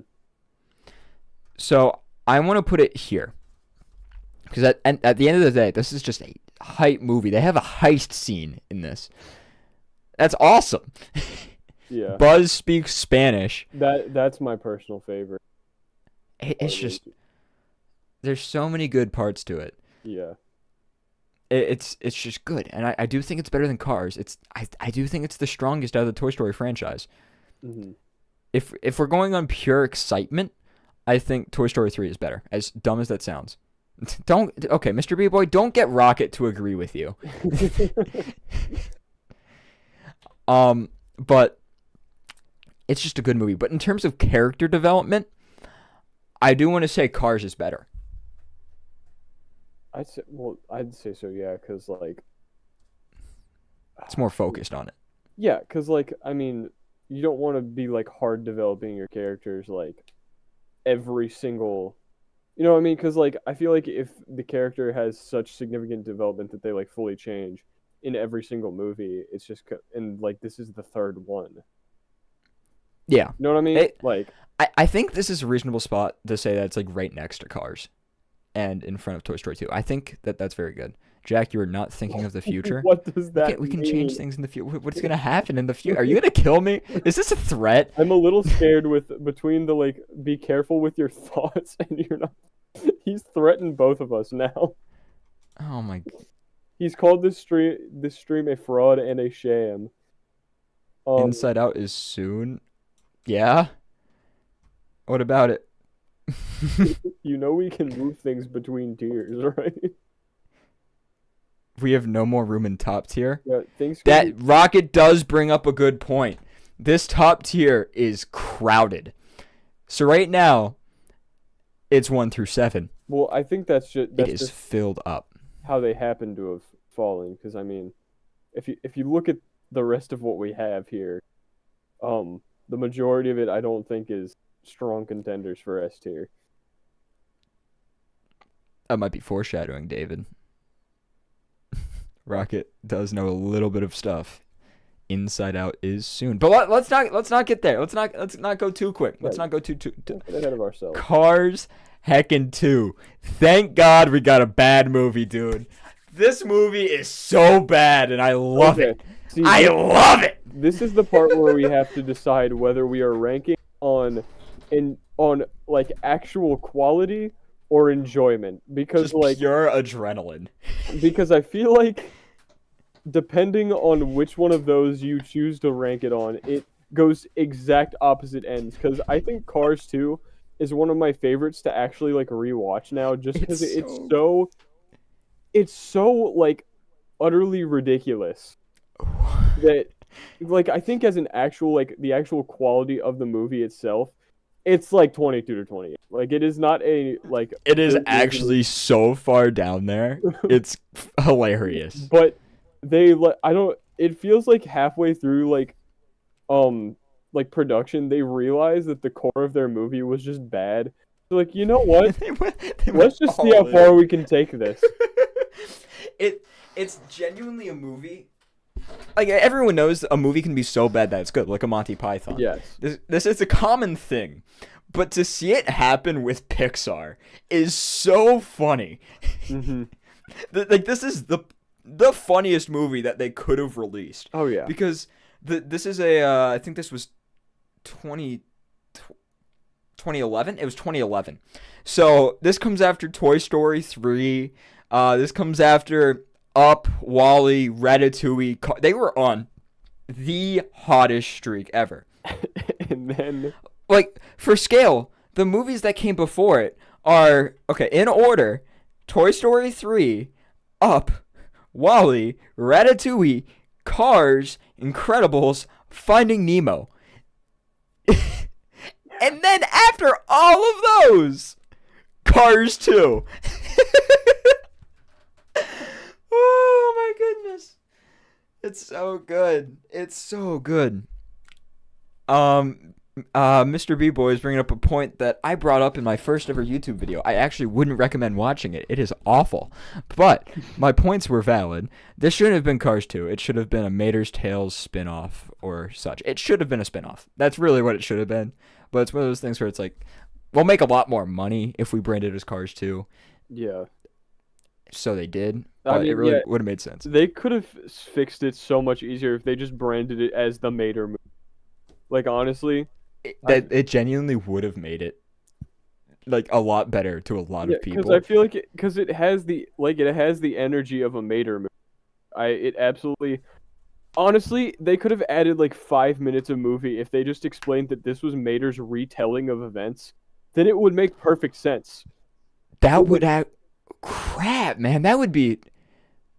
No, maybe you have it like combined with the story of how Mater, because in the story he messes up McQueen's race. Yeah. And then he's like trying to explain to McQueen why he messed up. And this is the story that he tells. Okay, come on, we just fixed it. Well, it's basically just the like point Mr. B-Boy just made, where if it was just a Mater's Tall Tales like full movie, Yeah, it made so much more sense. But even then, they still could have. No, they couldn't have made it Cars 2. It should not have been Cars 2.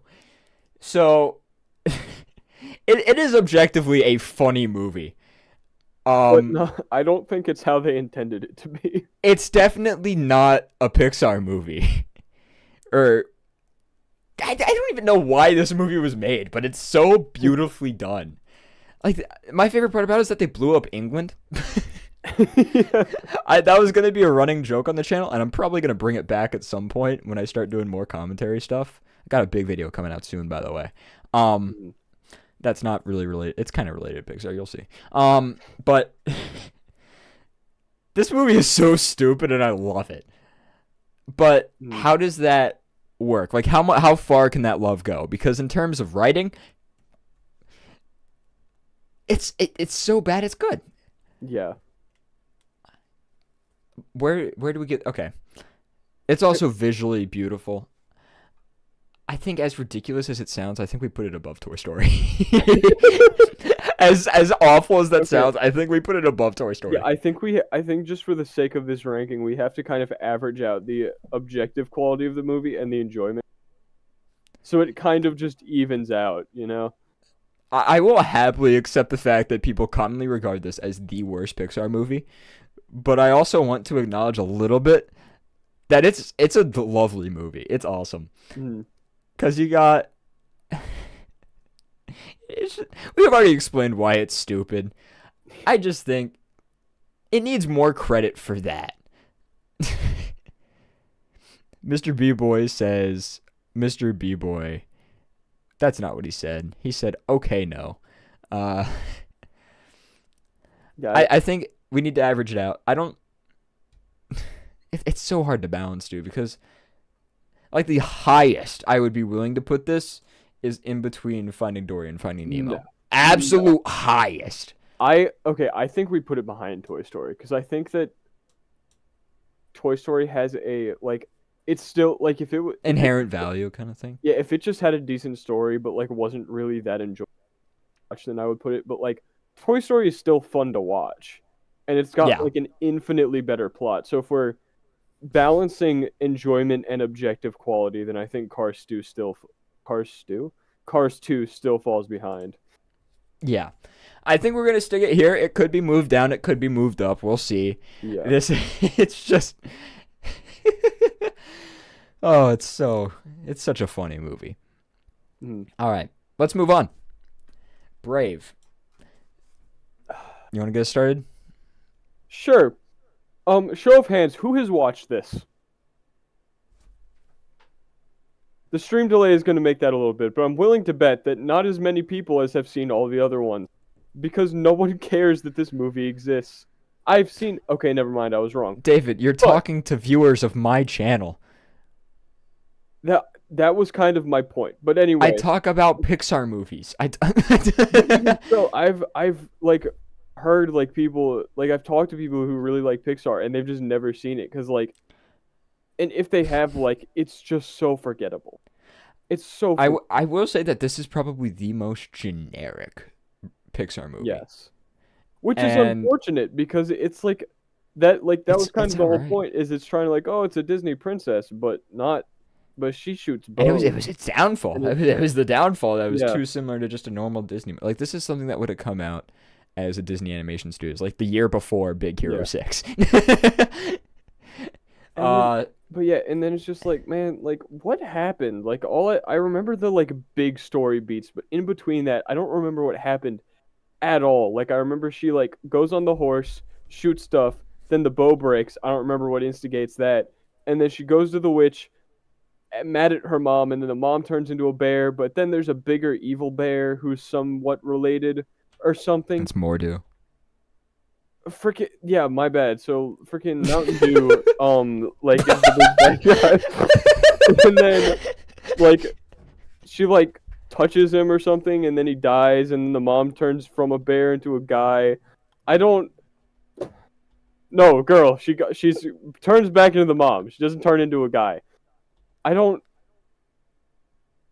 Does anyone remember the plot better? Start talking. I've had enough. Can't think about this anymore. I'm gonna have a All right, connection fit, dude. It's just a generic movie. It's a one and done. The soundtrack is nothing special. In fact, it actually kind of copies How to Train Your Dragon, like verbatim.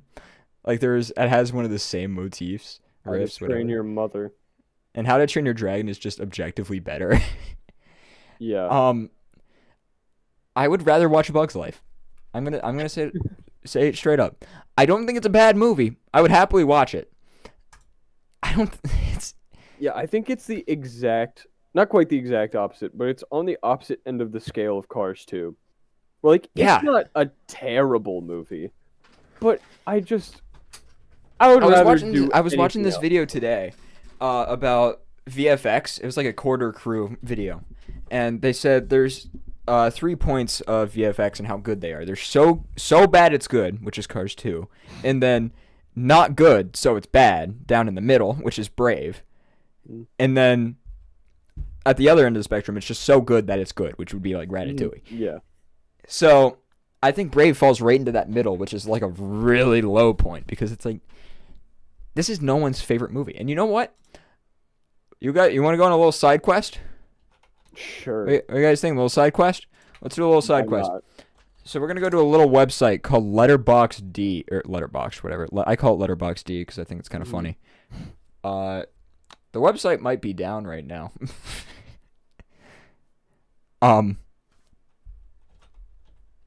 That's you. It's not loading. Oh, it's so Here, unfortunate. let's try this again. Letterbox. So just imagine that. Oh, there we go. There, okay, it's up. All right. So, let's look up Brave. They have this little function where you can label things as your favorite movies. We'll go to, that's you again. So this is Brave. So the way you find that is you scroll down, I think. It's somewhere. Oh, no, you have to go to members. Am I stupid? I think I might be stupid. A little bit.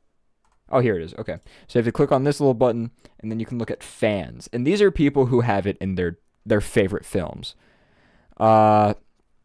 So, like, let's just click on one of these profiles. This person's favorite, they don't really have anything, but you can see the person's other favorite movies. So this person, with Brave also loves Shawshank Redemption, Spirited Away. That is It's just a funny combination of movies, and such you a can weird see the lineup. kind of person. Like, Now, the other thing is when you look at people like this, you can see like most of their films right here are labeled as 5 stars. Like most of their movies that they watch are labeled 5 stars, which doesn't make sense because it'd be a bell curve if you did it right. So let's look at another one. We got Lisa, Dead Poets Society, the half of it, Brave, the Royal Tenenbaums, and again you see the really high 5 stars, and it's just, I don't think a lot of people really, okay, well, I feel like this one had ulterior motives to favoriting that. 5 stars here. they're all very stacked towards giving every movie they see 5 stars. So I have a feeling that they don't actually care about how good a movie is. It's just that's the vibe I get. That's just me talking though. It's like all right. My mother imagined a joke and it was so funny. She spit all of her Dr. Pepper in my. I'm so sorry to hear that. Oh, you're talking about real life. I thought you were talking about Brave. I'm like, where did that happen? They did not have Dr. Pepper in Brave. I think everyone can agree that it's just all right, but in terms of being all right, that's kind of like a cardinal sin. Because would you rather watch a movie that's so bad it's good, or a movie that's just okay? I'd rather watch a movie that's so bad. I'd rather watch Cars 2 any day. Bug's Life, I think the soundtrack is kind of where it's better than Brave, and it's like less serious, which I kind of enjoy more. It's just Brave doesn't. It's not a movie that makes you cry. It's not a movie that makes you excited. You just watch it. It's fine. Yeah. You just watch it. And it's like, okay, that was fun. Okay, I'm gonna go do chores. Yeah. So let's get back to business. I need to stop switching to your camera. Yeah. All right, let's. All right.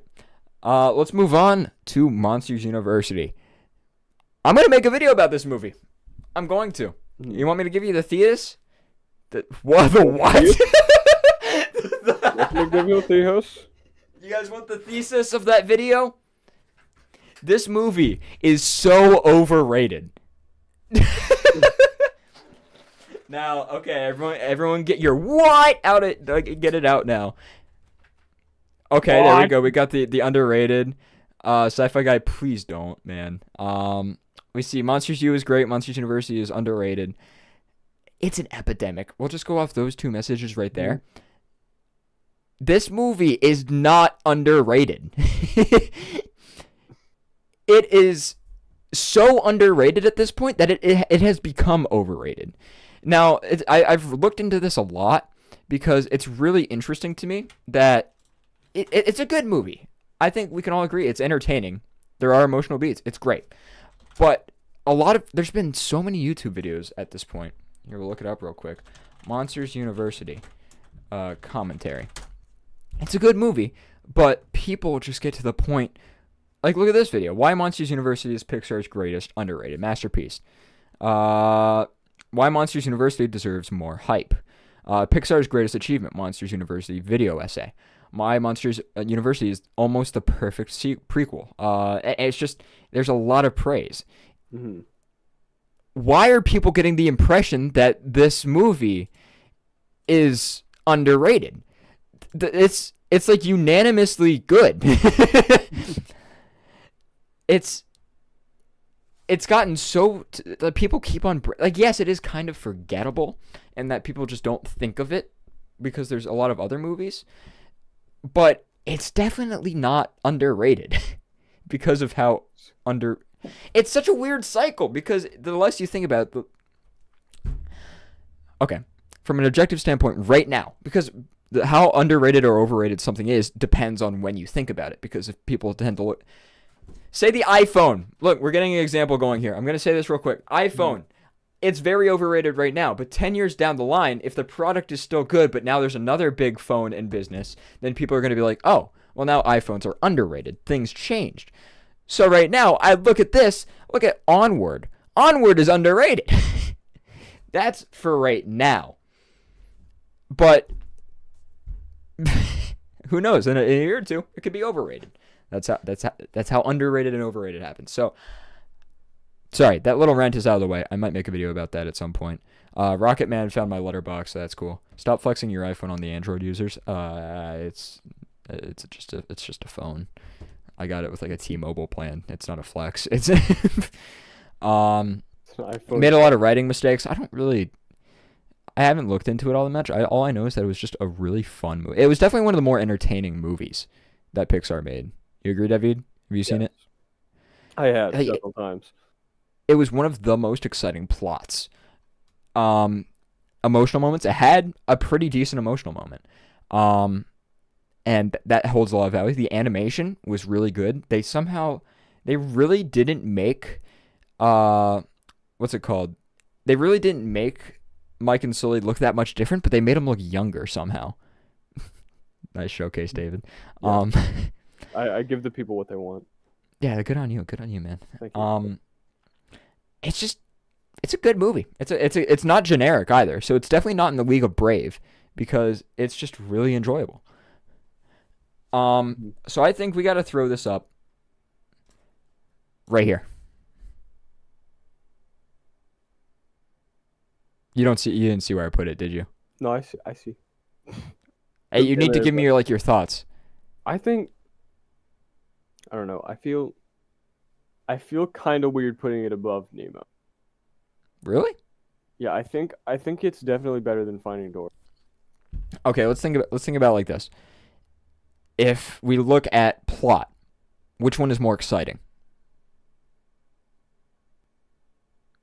The objectively correct answer here is, well, Monsters University. It is a literal competition. You're supposed to be on the edge of your seat. That's the point of the movie.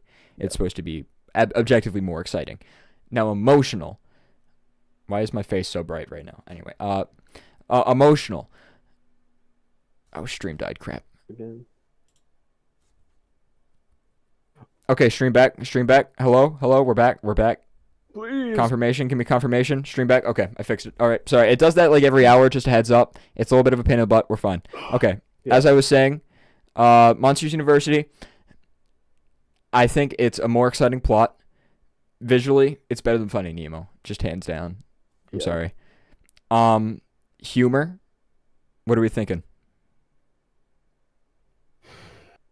Yeah, now that you're actually like laying out the specifics, When you break down the movie, it is a lot more exciting. Like I would rather watch Monsters University than Finding Nemo. But then again, it's I would kind of call it like a depends on the mood. Like if the lights are off, it's Finding Nemo. If the lights are on, it's Monsters University. Mm-hmm. Does that kind of make sense? A little bit. It appealed to a younger audience, definitely. The ending kind of hit, yeah. And so did Finding Nemo. Like, both movies have emotional value. Except I think at the end of the day, Monsters University just had a few things to go with it. Also, the soundtrack, dude. Soundtrack. Woohoo! This is Randy Newman's best. Randy Newman's best soundtrack is Monsters University, hands down. It is a college band style soundtrack. And it's awesome, dude. Listen to the intro. It's just so exciting. It's good. Rocket does bring up a good point in saying that Nemo had fish, which is a very valid point. But respectfully, no. So I think we should keep it here. Rocket did also say earlier that he liked the slug at the end, so I think. Oh yeah, the slug. The slug was good. You mean the slug in like the middle of the movie when he's rushing the cars? Rocket said the slug at the end. Don't shoot the messenger. I'm just saying what I saw. Lion Dog says Monsters Inc. soundtrack was better than Monsters University. They're different. They're very different because Monsters Inc. was mainly jazz, whereas Monsters University was pep. I wish Randall had more screen time. There were a lot of things that could have been done better, but I think they did a good job considering it was a prequel and they had to manage the friendship that came before Monsters Inc. and then the visuals and the competition. It was well done for what it was, and I think it's one of the generic movies that was actually really enjoyable. I don't think it's anyone's favorite, but it's definitely a really good one. Also, John Krasinski was in it, which is pretty hype. He was? Wait. Yeah, he was like, yeah. Who? You want to see the character? Wait. Oh, shoot. Oh, I'm pushing way too many buttons. Okay. Oh, okay. Here we go. John Krasinski. You'll know who he is. John Krasinski, Monsters University. He was like the little dude with the spikes on his head. This guy. Oh, him. Okay. Yeah. It was like you go get him, sport. You go scare people. Yeah. Wait, how does his hat not have holes in it? I just realized that. Hey, shut up. My bad. Yeah, that's what I thought. Should I put Jack or David on a coffee mug? You want to flip a coin for that? So I have a David, funny heads or tails? story about that. Heads. Oh no, David! Don't tell him about the mug. I'm not showing it. I will just say that right. If you put Jack on a mug, it would not be the first time. Oh, that's a great mug. Yeah, it's the guy who made If. He was in The Office, a bunch of things. To put either of us on a coin or mug, you want heads or tails? Heads. That's such an insane thing to recognize John Krasinski for first. Yeah, he made If. All right, put David on the mug. Yes. All right. Can't wait to be merchandised. Woo! Yeah, he gave Mike a set of the star. The guy made it. All right. Where were we? Okay. I think that's a good spot for it. I don't think there's many complaints there. I think that's good. We're good. Right. Okay. Okay. All right. Inside Out, baby. Inside Out. Now, this Actually, is- no. We're gonna take a pause. We're gonna take a pause. David, Yeah. Sci-Fi Guy is asking you to make a pose. Okay. Hold on. You might want to turn on the light. Yeah, hold on. Let me keep the mic out so you can. Does he know we can't like hear him? Oh, Stream delay is gonna make this a little, but Sci-Fi Guy, do you have any requests? Do you have any pose requests? And now we wait. and now we wait.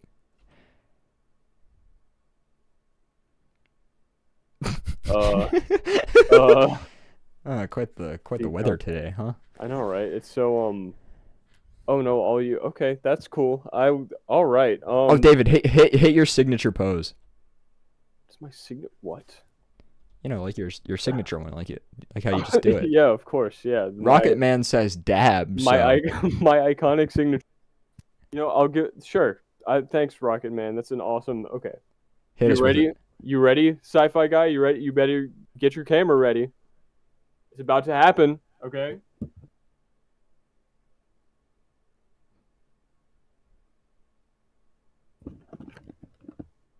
Is that good? You happy? You happy with that Sci-Fi Guy? No, wait, yes. He's the mug one. Okay. Oh, my headphone cord is under my chair. There we go.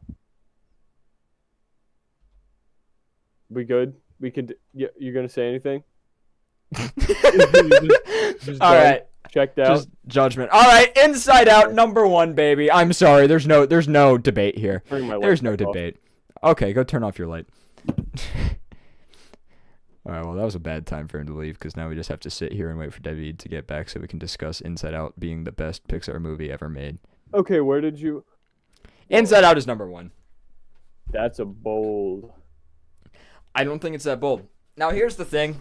This is where people are going to disagree. Oh, no, Mr. B-Boy, you came back just in time to see Inside Out Inside Out get the #1 spot, so. See, I feel like David? okay, here's where Rocket's gonna get very unhappy because we are gonna have to move cars down to 8 through 14. Should we do it now? We have to do it now. Yeah, just rip off the Band-Aid. So that is our first technically demotion. It just looks bad because it's Yeah. a tier list, but that happened. David, do you personally have any objections that I can help settle? Not that I can think of. It just, I don't know. It just feels. I can't think of anything specific, but it just doesn't feel like #1. Knee jerk. I accept that. I haven't seen it in a while though, so I might. Okay. It might just be. I'm going to throw this out here. The story is very personal to me. It's my #1. I could argue for a long time why I think it's the best. I've made a video talking about the soundtrack and how it perfectly retells the story. That video's alright. I recommend go checking that out if you're interested. I think this is the best character development story. Just Joy's arc is the best because it's just amazing. I cry. I've watched it maybe about 20 times now, and I still cry at 3 distinct points in the movie. Maybe 2 distinct moments. It is... Okay, Sci-Fi Guy, don't... I was gonna make the same joke, but I couldn't think of a good way to get it out. Good. You're a preteen girl who ran away from home.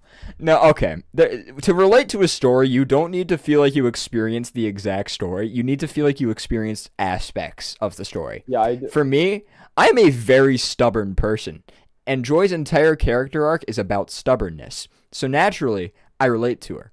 And I can apply things that I see in the movie. It's a personal thing. That's why I rank it so high, and that's why I like that character development arc so much. There are other ones that are very good, but that's the one that applies most to me. This is where relatability comes into it. Relatability doesn't make a movie good, but it makes it people's favorites. Favorite doesn't mean good. Good doesn't mean favorite. Yeah, Does that make sense? Yeah, I can relate to it too because I do have a little red ink who, Your microphone cut out, but I got something about anger. Oh yeah, I said I can relate too because I do have a little red.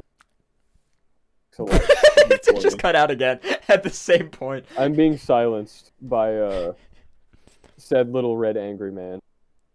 Oh, yeah, you got it out that time. Sweet.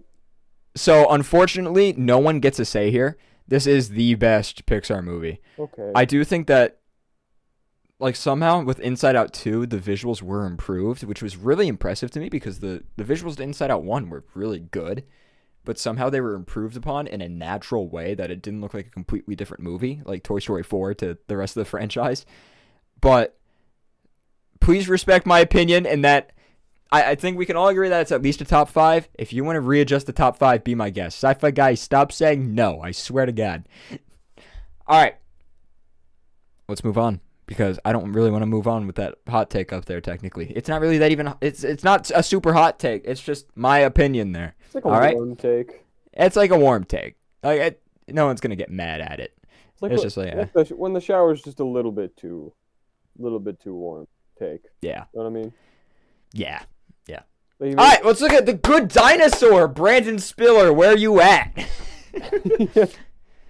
Save this one just for you, bud. All right, I'm starting to sweat, so I'm going to stand up for this one. But what's everyone thinking? Huh? Could you make the coffee mug like the grossest like shade of brown or green that you? Yeah, green. Preferably green. Has green. the capability of being a much grosser color. Yeah. All right.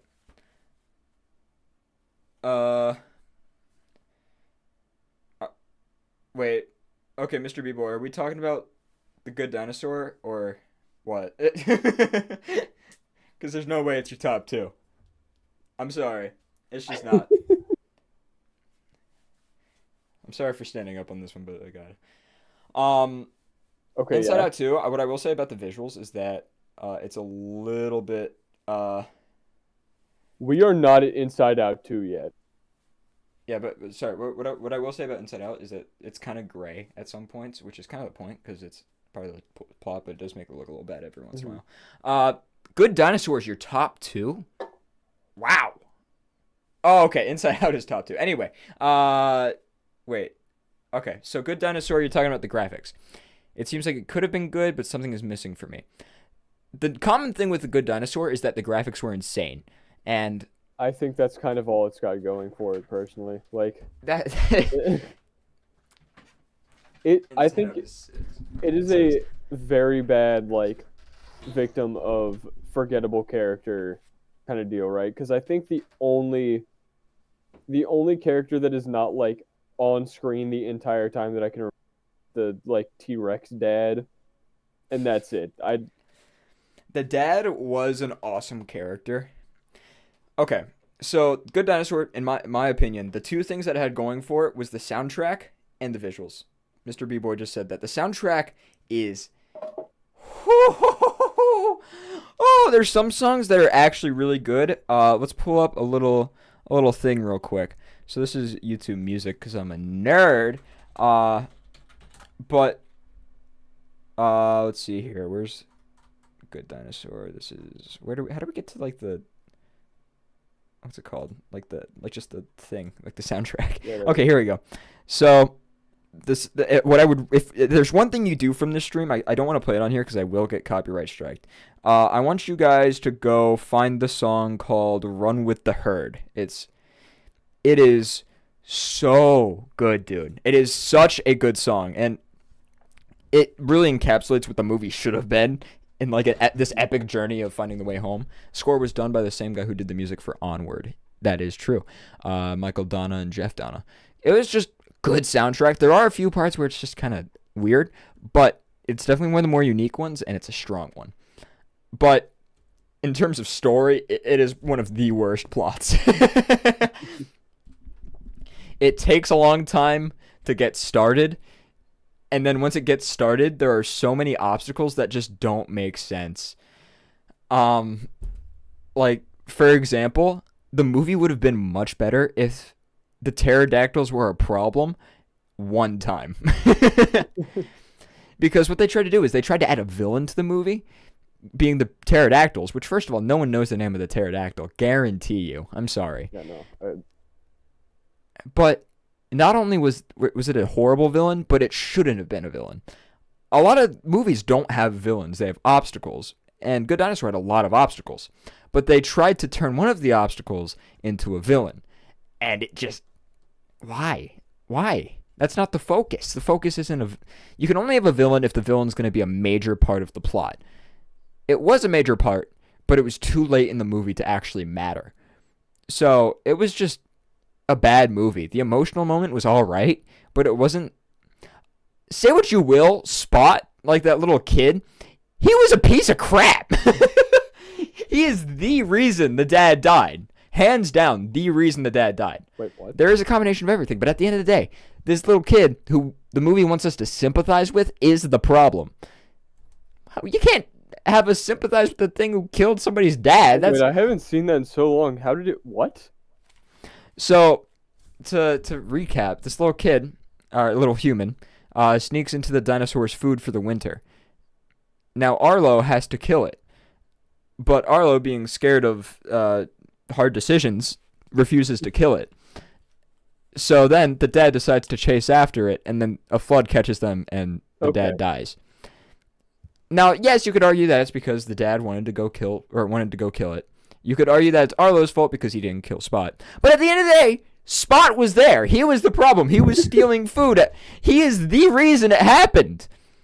If Spot didn't steal food, would have been fine. No movie, and we would all be better. But no, they want us to sympathize. And if you can get past that, then maybe you can enjoy it. But it's still... Huh? Oh my goodness. David, your mug is done, by the way. Oh, that was fast. Ship it to... I'll give you his address.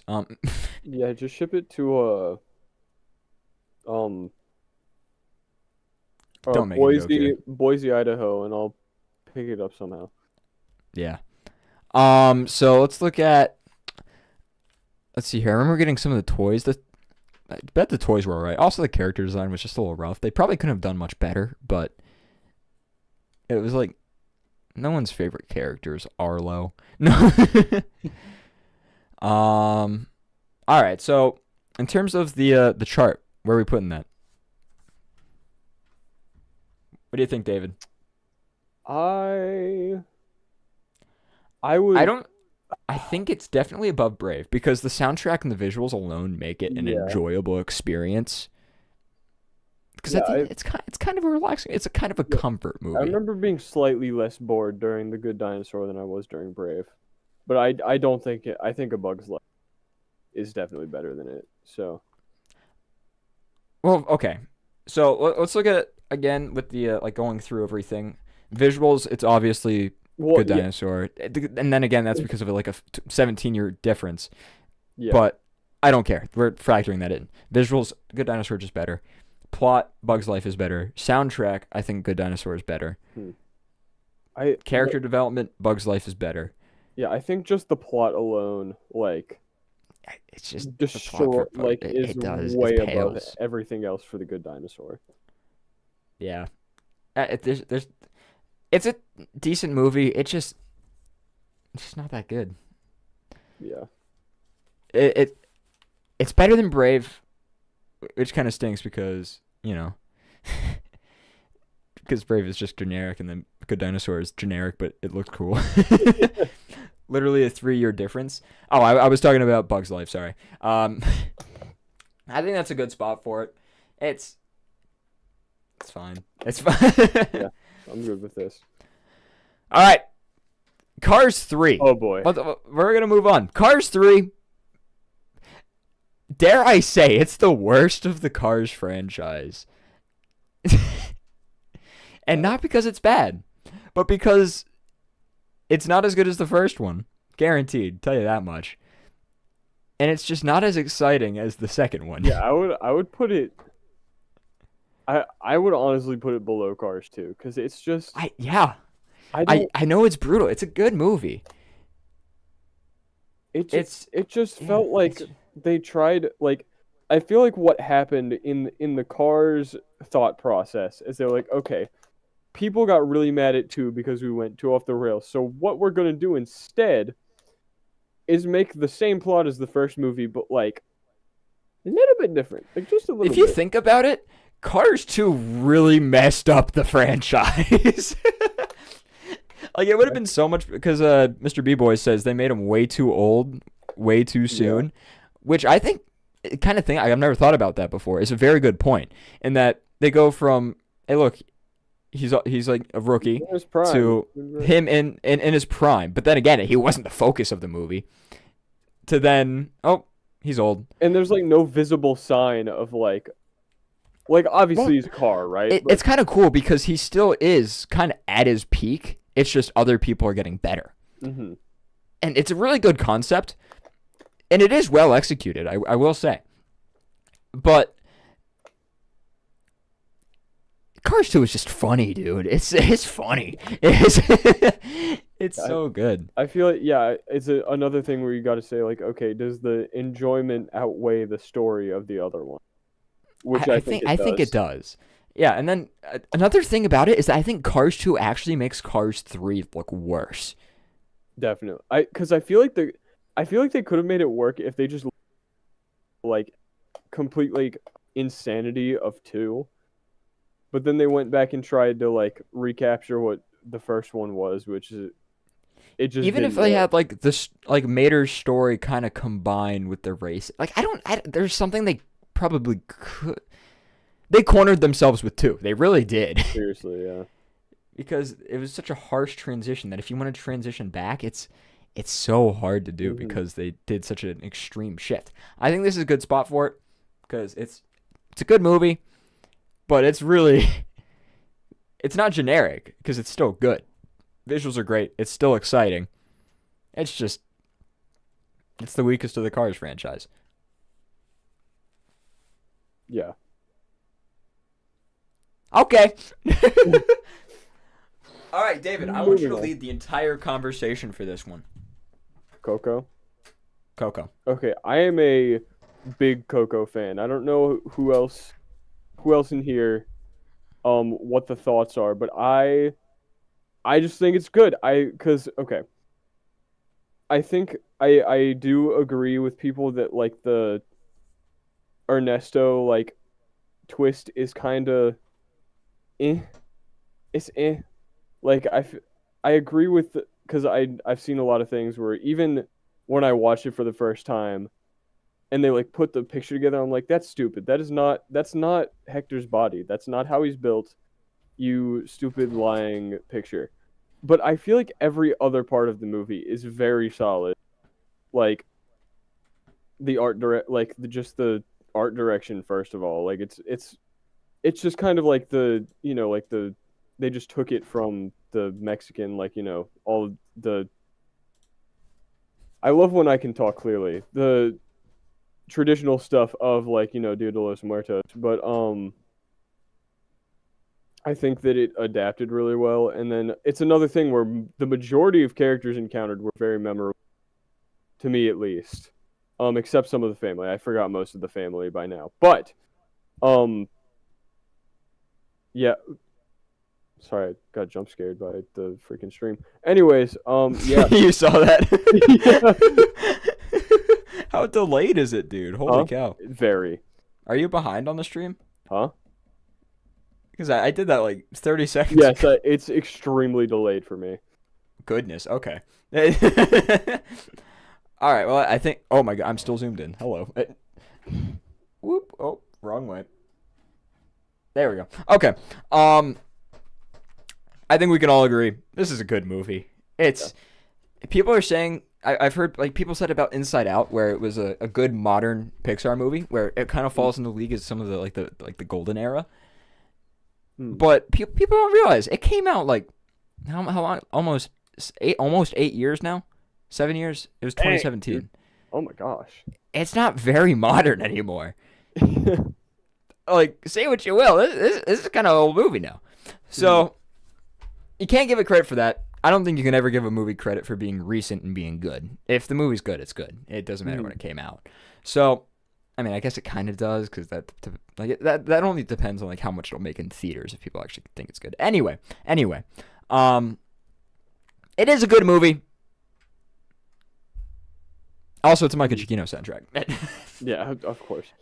So, let's hit it with this. Do we think it's better than Toy Story 3? I think so, yes. I am in agreement there. Toy Story 3 gets knocked down. Sorry. Mhm.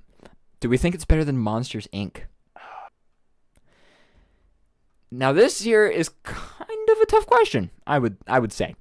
Yeah. Because I think Coco really is one of the emotional Pixar movies. It really is. Because just the entire thing with Remember Me. Oh.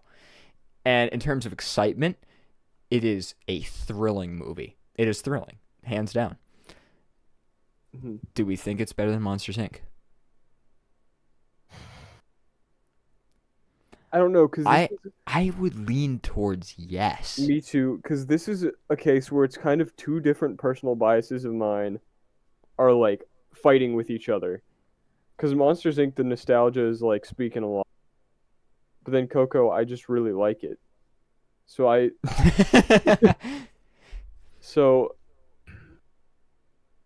I'd say it's better. I'm in agreement, and I think most of it comes down to the fact that music is such a huge part of it, Yes. and that's something that every human likes. So it's good for them to focus on that, Mm-hmm. and that's just one thing. I think the style of it in general is a lot more interesting because they focus a lot more on the culture aspect rather than like it's just an industry. Yeah. Say what you will. I would rather look at that leaf bridge than the door scene. I'm sorry. Like, one is objectively prettier than the other, but one might be cooler. I like pretty. So now, Up versus Coco. Yeah. That's a tough one. Again, it's close. I think Up wins though, because I think there is a little bit of competition. Like, there is a little bit of bias towards Up because that's like the classic emotional Pixar movie. And out of all Pixar movies, I do think Coco is like the generally second most regarded to be emotional. yeah, I think that is the thing here, is that like the emotion is probably the strongest aspect of both of them, and I think Up just does it a little bit better. It's again down to that maturity. But then again, the Coco ending scene, it's one of those things where if you can relate to it, it hits. Yeah. And another thing about it is that this is where the relatability kind of goes more than just what's happening in the scene. Because what's happening in the scene is a kid is singing to his grandma who's probably going to die soon. And the movie's all about memories and the value they hold to people. And that is an insane ending scene. And if you love somebody, they're going to die someday. So that scene should technically hit you hard. So it's different types. They both deal with loss in a really interesting way, because this is the effects of losing somebody, and this is what you can do before you lose somebody. It's really interesting. So I think it's good to have them side by side. Yeah. So I'm happy with where it is right now. Sci-Fi Guy about bringing Inside Out lower. No. I'm not going to elaborate anymore. Darn you. All right. I think we're good with Coco. Yes. We're happy with that. We got our Cocos coked. We're good. All coked up. We're all coked up. What? Okay. So Moving on. Moving on. Okay. Incredibles 2. Woo! I just wanted to go woo. Okay. Yeah. David. I can't. It was all right. I can't put it high, man. It was all right. There was so much. First, the biggest sin for me is that the Underminer was not the main villain. I was so angry about that. Here's the thing. Because they did that, Incredibles 3 might actually be pretty dang sick. If the Underminer is the villain, I will give my firstborn child as a freaking like slave animator to Pixar. I will put that on record now. Okay, you have a worker for life if you just make the Underminer the main villain. Oh my goodness. Mr. Lasseter, if you're seeing this, He's gone. I don't care. He's gone. That's just what they want you to think. Oh my goodness. Dude, Anyway, sorry. Incredibles 2. I think my opinion is also like kind of spoiled because a very good friend of mine fully spoiled the like twist to me because he was like, "Oh, it's so obvious." I was not 9. I was 12. I was stupid. I wouldn't have guessed it. I would be like, "Whoa, she's the villain, no way." Holy What? crap, you were actually No. 12. Holy cow. Yes, So, did you knowing about the villain make it worse, do you think? I think it did because like in hindsight, right? It's not the craziest twist. Like it's pretty predictable. Her name is Evelyn What? Dever. Yeah, and he was like, it's evil Endeavor," and I was like, I wouldn't have known. I'm freaking stupid. I would have just I'm watched. 12. Yeah. That would have been such a banger excuse when you were 12. It's like someone says something and they're like, "You're really that stupid?" And you say, Yeah. "I'm 12." I wish I had the self-awareness to say that at that age. Anyways, so there was that, right? And then Yeah. also just like, I don't know. I wish that they had, like Mr. Incredible do more stuff, right? Because one of my favorite parts of Incredibles 1, probably because I was like 5 when I watched it, was like, "Oh, he fought the robot. That was pretty cool." But then they just have him doing math homework. Like, that's funny and all, right? That's silly. That's a goofy little bit. I want to see him hit stuff and lift heavy things, okay? That's what Mr. Incredible is there for. And then he just didn't. I'll add on to that a little bit. It was another movie where it was insanely relatable. Like, I think this was much more... It was like a funny relatable. Like, it was so accurate to like the human household Yeah. and like how a family like that operates. It just hit perfectly hate it in when that you regard. But it watch wasn't. It like didn't make it like, "Oh yeah, I like this because it's relatable." It was just you found it funny because it was relatable. Like there's one scene where Violet is just crying and she just grabs a tub of ice cream while invisible. That's just hilarious. That you could imagine that actually happening at some point in a house because it probably has. Being sad, I need an ice cream. I thought you meant the invisible part. I was like, I don't. Oh yeah, that yeah, maybe yeah. But in terms of villain, it's definitely one of the weakest villains out of any movie, and it's not because what's it called? Twist.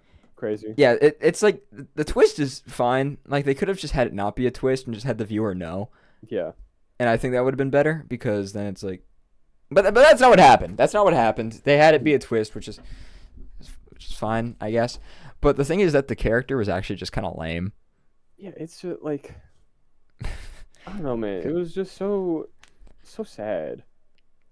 Like it's like the motives were kind of okay because it was like, yeah, y'all just listen to whatever the media tells you. Like that's a really good thing for a villain. That's a really good villain thing. Good idea, but then it's just like they literally mind control you. It was just so weak. And also the Underminer was right there. Yeah. Also, another big rule for sequels and things like that is you need to keep your main characters as your main characters. Mm-hmm. That's like one of the biggest rules. Sometimes you get lucky and it works out, but most of the time, if you want a successful sequel, you stick with the characters. Look at Cars 2. You switch to Mater. Not that good from a critical standpoint. You look at some good example, or actually, yeah, there's a few examples where they switch. You don't see them switch up that often, and when they do, it's usually not that good. And then Finding Nemo, they switched from Nemo to Dory, which, in my opinion, it worked out fine. But generally speaking, from a critical standpoint, did not work. Like that's just how most people perceived it. It just wasn't that good in comparison because that's such a harsh transition between characters. But then you look at Toy Story 1 to Toy Story 2. You have Toy Story 1 to Toy Story 2. You stay with Woody. You have that foundation that connects all of them. You have Inside Out to Inside Out 2. You have Joy. Keeps him grounded. Monsters, Inc. Mike and Sully. Good on you for letting them know. But then Incredibles, they tried to keep Elastigirl. They tried to keep Bob, but then they also tried to bring in more Elastigirl, which is fine. But it, like you said, it kind of made it so it's like, oh, come on, we want more. We want more. We want more of him. We want more Mr. Incredible. Although it was really entertaining to see him as the dad and deal with the problems that. Yeah, it was good. It was good. It was just. It didn't really feel like a. It's hard to explain why it wasn't. I think what it comes down to is that they tried to make it about Elastigirl instead of Bob. I like how we call him Bob and not Mr. Incredible. But too many words, too many syllables. And because of that shift, I think it brings it down a lot because you need to stay grounded with that character. Yeah. To like a pretty major extent. Most of the time for critical success. Mm. I'm kind of, it's hard because in my opinion, apparently with like the Finding Dory, like that's kind of the exception with the rule, but usually that's how it works. So I think we should put it here. I'm happy with that. Yeah. Just plain and simple. I would put it above Cars 3. Yeah. I would rather watch Incredibles 2 just for the action than Cars 3. I like that more. I like that. Yeah. Okay. Enough is said. Any final thoughts? Anyone want to add anything? You have 10 seconds, which is probably isn't fair because stream delay 10. Speak now. 9. That is true. David, you should drink like water. You should drink water right now. Okay, sci-fi guy just said gay. Mr. B-Boy said hi.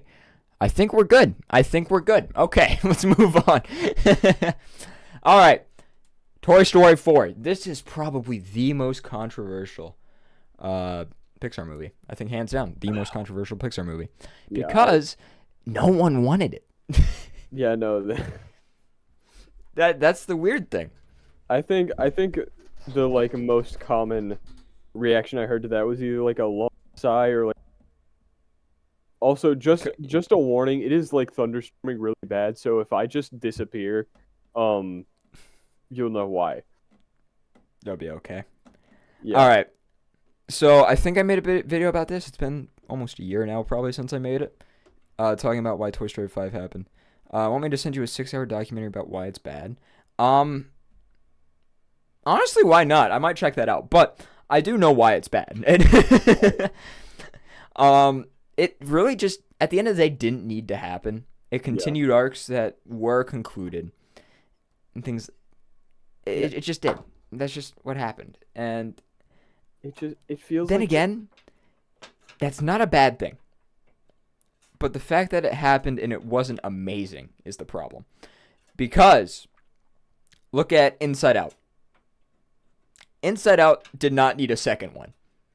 But because it got a second one and it was good, people didn't mind.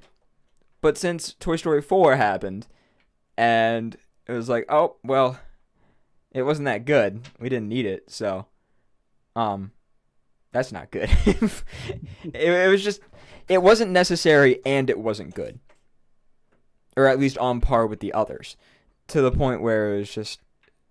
no one wanted it. But what I will say is that now that Toy Story 5 is happening, it does have the chance to make Toy Story 4 look good in the past, because if they connect it properly, it'll look like Toy Story 4 had a reason to happen. Yeah. So I think the quality of Toy Story 4 really depends on what happens in Toy Story 5. Yeah, they either redeem Toy Story 4 or just keep digging the hole, like... Yeah. You can say it's a cash grab all you want, but if they probably went into it knowing they were going to make a fifth one. Because how many series do you know that go to 4? That just doesn't happen. You either do 3, 5, 6, or 10. That's the rule. Or I guess if you're Fast and Furious, you do like 15. Yeah, I was going to say the same. That's how it happens. Because you got Star Wars, you got Lord of the Rings, you have... I mean, they're making a Shrek 5. You don't see people mad about Shrek They 5. are? Yeah. Dude. You don't see people mad about Shrek 4. No one really cared that Shrek 4 happened. but people care about Toy Story 4 because it was a really big movie. It made a lot of money. So people look at that and they say, oh, it made a lot of money? It was a cash grab. That's why they're making the 5th. No, they made the 4th because, yeah, money was probably a motive. But if they have a story that leads into the 5th, then they have not only a cash grab, but they have the potential to make a good story. So if the 5th one is good, then that makes the 4th one justifiable. So in the meantime, I think we put it below Cars 3, above A Bug's Life. Like as much slap as I'm giving to Bug's Life, I do think that the visuals are like a big reason that A Bug's Life is down. Because I bet if the movie was like very visually appealing, it would be.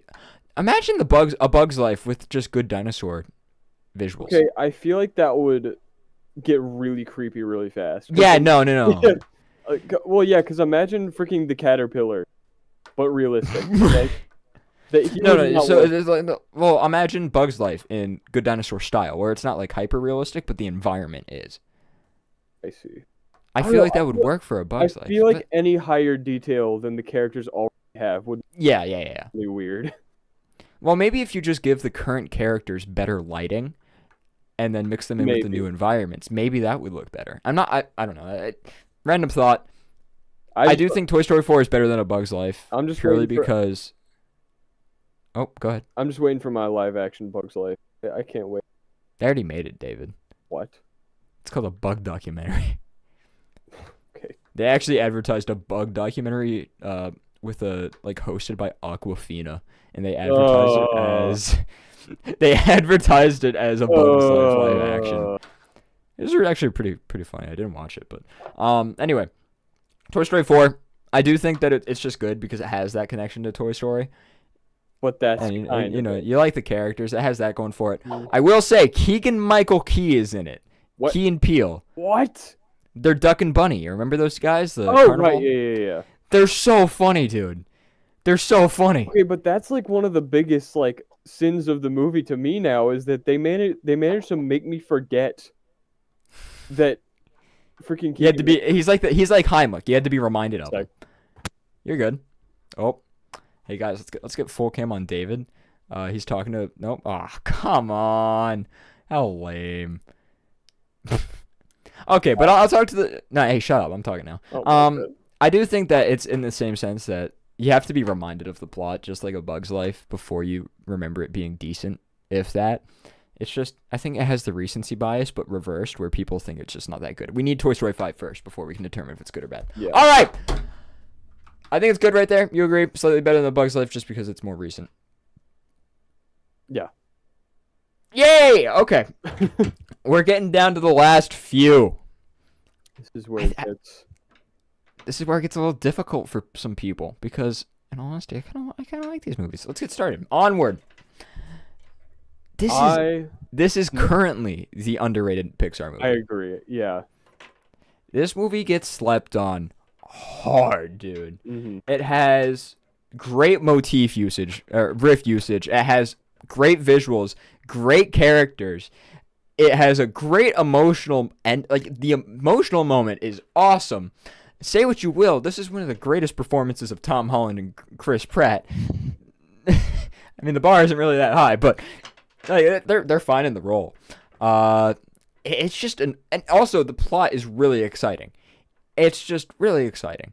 So let's see this. Okay, so Onward, I did watch it once, only once, but I hated the ending and the what?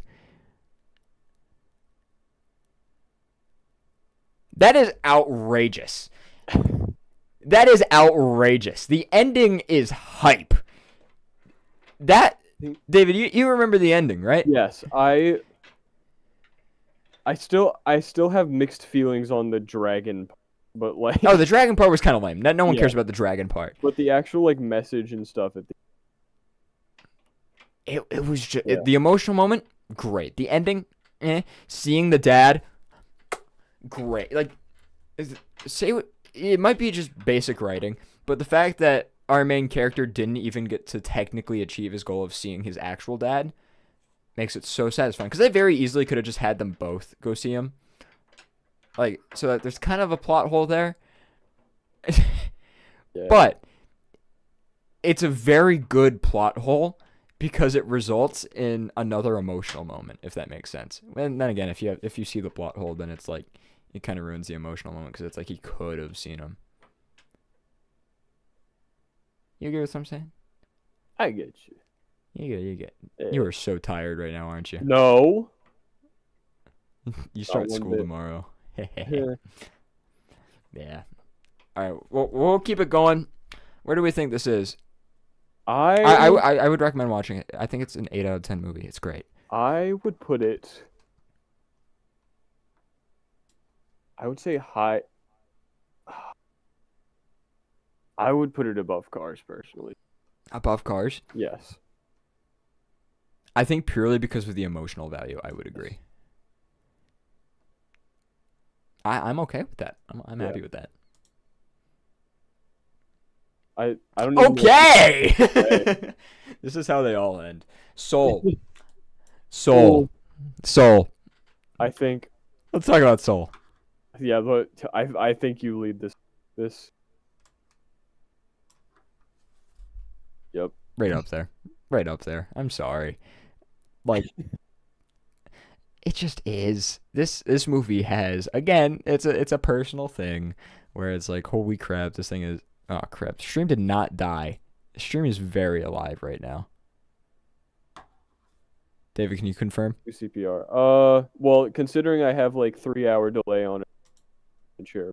The stream is not frozen.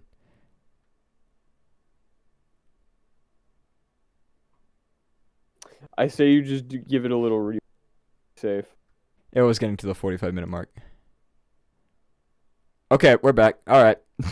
I think I was being trolled. I don't know. I don't care. All right, let's continue. Okay, yeah, we're doing fine. All right, Soul. It is not stuck. Stop. Okay. So Soul. It's high up there. I already threw it in number 2 because this movie has shaped my worldview in unimaginable ways. I love this movie. It has great motif usage. This is some visual motif crap here. All the characters I think are likable, except Joe, who is absolutely not likable. Again, this is a movie that deals with stubbornness, which is part of the reason I like it so much. So if you want to make a good movie for me, stubbornness is the way.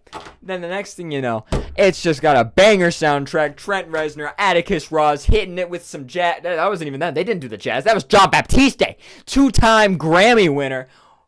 Woo, baby. This movie is sick. And also, it's visually appealing. It makes Orbhead looking vase dude look realistic. It makes me like a stupid, sarcastic looking 22-person soul looking dude, girl.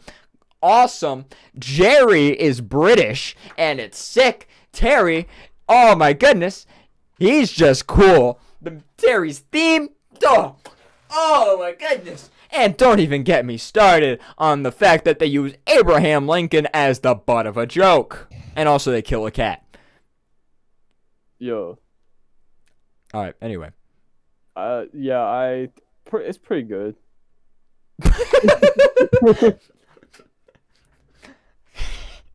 So Sci-Fi Guy says, I want you to realize you know the soundtrack producers off the top of your head. Yes, that's because I listen to the music a lot. So thanks for it. Yeah. I like the soundtrack. So I think for me that's an easy number 2. It's definitely got to be up there. Also, unfortunately, we have to move Monsters Inc. down to the number 8 spot and Finding Dory down to the 15 spot. But that's what happens when you make good movies. So yeah. Anyway, Price. Let's move on. where it's getting late. It's getting late. As a music enjoyer, I can agree that the soundtrack is very good. It's not even just the jazz parts. It's just all of it's so good. Whew. Sci-Fi Guy, just so you know, -4 would actually be like further this way. So, sorry about that. Anyway, Luca. Good movie. I'm a fan. I like the Fish Boys. And You are so tired right now. Massimo, he's only got one arm. He's pretty cool. Put him in number 1. Hey, whoa, Sci-Fi Guy. That is Whoa. Send it at the bottom of the list. No, dude, That Sci-Fi Guy, you gotta get out of here, man. Deranged. You're here for the Lego. Just because you were here to watch me build the Lego house thing doesn't mean you get to come in here and say, yeah, That is my opinion matters. absolutely. It doesn't. Oh, Oh. send Inside Out to the bottom? No. What? Okay. Luca. Well, the good news is Mr. B-Boy liked it. And that's the opinion that I care about in this chat. I will say, Dan Romer. Yeah, there you go. Yeah, I already know the producer. Very, very good soundtrack. It is a unique one. It is probably one of the more unique soundtracks that isn't Michael Giacchino. Like I'll say this about recent Pixar, is that their soundtracks all sound very unique, other than Elemental. But anyway, Luca is again a 1 through 7 movie, hands down. So let's figure it out real quick. All right. That hurts my feelings. So, do we think it's better than Coco? I personally don't. Oh, wait a minute. Crap. Oh, shoot. Wait a minute. No, I love this movie. Wait. I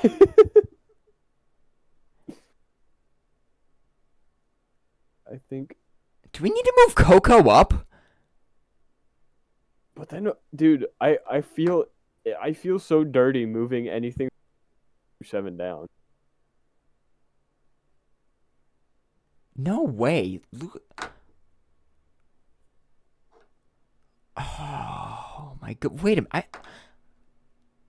Where do we put this? Okay, I think it's better than Monsters Inc. because I love the friendship themes in it. It's great. It covers that really well. Coco went up. Does it pass the maturity? Sci-Fi Guy, but anything before 2020 doesn't, like, nostalgia doesn't apply to me. I hated Pixar until I was like 3 years ago. Dude, we are neither of us are even like 20 yet, dude. Like, nostalgia does not. I grew up on like Storks, dude. No, I grew up on Marvel, so I was one of those kids. Luca. This is tough because I love this movie, but I don't think I could argue why it's better than like WALL-E. I say we just like say screw it to the category, say 1 through 7 plus Luca, and then move on. No, but no. I hate to break it. We might have to move. I think we have to move Coco up. Really? You're gonna okay. Let's go back to the Coco and Up conversation. We're getting to the time where everything is being compared to each other side by side, and it sucks. Okay, Coco and Up. We covered before that Up is the more emotional movie, but Coco is super exciting, like throughout the entire thing. Yeah. And I think I would rather watch Coco. That is astounding coming from you. I know, it's weird. I think you might have just OD'd on Up. I think I think I did. I think I genuinely did. Okay. I need to give this, let's give this a vote. Coco and Luca above Up. We are not moving The Incredibles down. The Incredibles. We're not moving. The Incredibles is staying. I'm sorry. No, from Sci-Fi Guy, your opinion's invalid. B-Boy, what's your say here? We're not putting Incredibles down. I'm sorry. Okay. No? The Inside Out is not in question here. We are not moving Inside Out. That's like the one thing I made clear. The question here is for the last 3 in the section. We are not touching anything before that. All right, so Coco, according to chat, doesn't go above Up. Mm-hmm. Okay, I think I agree with that. Okay, yeah, okay. I'll accept that. This is just really just gonna. It's hard. This is really just gonna be a struggle for you to put Luca in 8 through 14. I don't want to put it there. Oh my goodness. Okay. Okay. Oh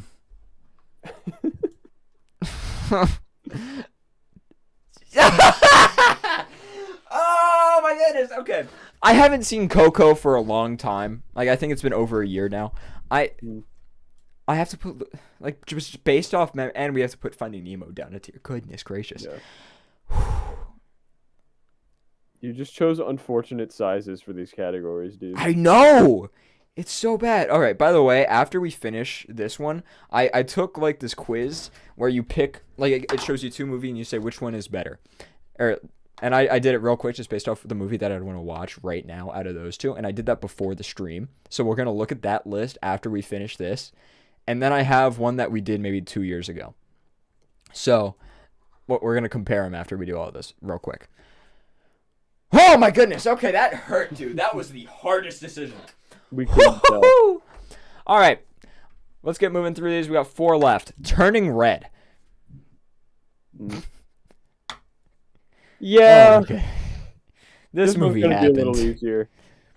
All right. So right off the bat, this movie sucks if you don't analyze it. If you look at it face value, it sucks because it's cringe for the first like 30 minutes. It villainizes the mom who has valid reasoning but is still like she's technically not wrong, but also it's kind of confusing in that sense, which is a good take. It's a good stance on the movie. It takes some more analysis, and that again based on your personal views and then how you view how it was perceived. The ending was a acid trip where they just have the mom turn into Godzilla, which is hilarious, but it's not so bad it's good. It's just like what is happening? What were they on when writing this? Why is this happening? It's like, oh my goodness, she's a big problem now. It just didn't make sense.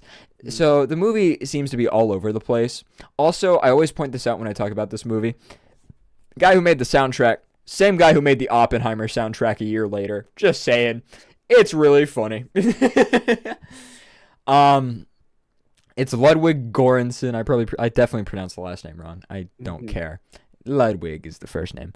But very, very good soundtrack. Very good soundtrack. Visuals, it's a pretty dang good art style. The main problem that brings it down is that it's just cringe and weird. Yeah. And I do think that it should be right here. Mm-hmm. Because it's not so bad it's good. It's just you need to get past a lot of stuff before it's good. I would not put it above it in too, dude. Really? Like I at least enjoyed like some parts of Incredibles 2. Turning Red, I was just like, I'm so sorry for anyone who had to be a part of this. Well, then again, if you it's one of the things if you analyze it, it's pretty dang good. Like the relationship between May and her mom is really well executed. Well, like yeah, that's really like, well done.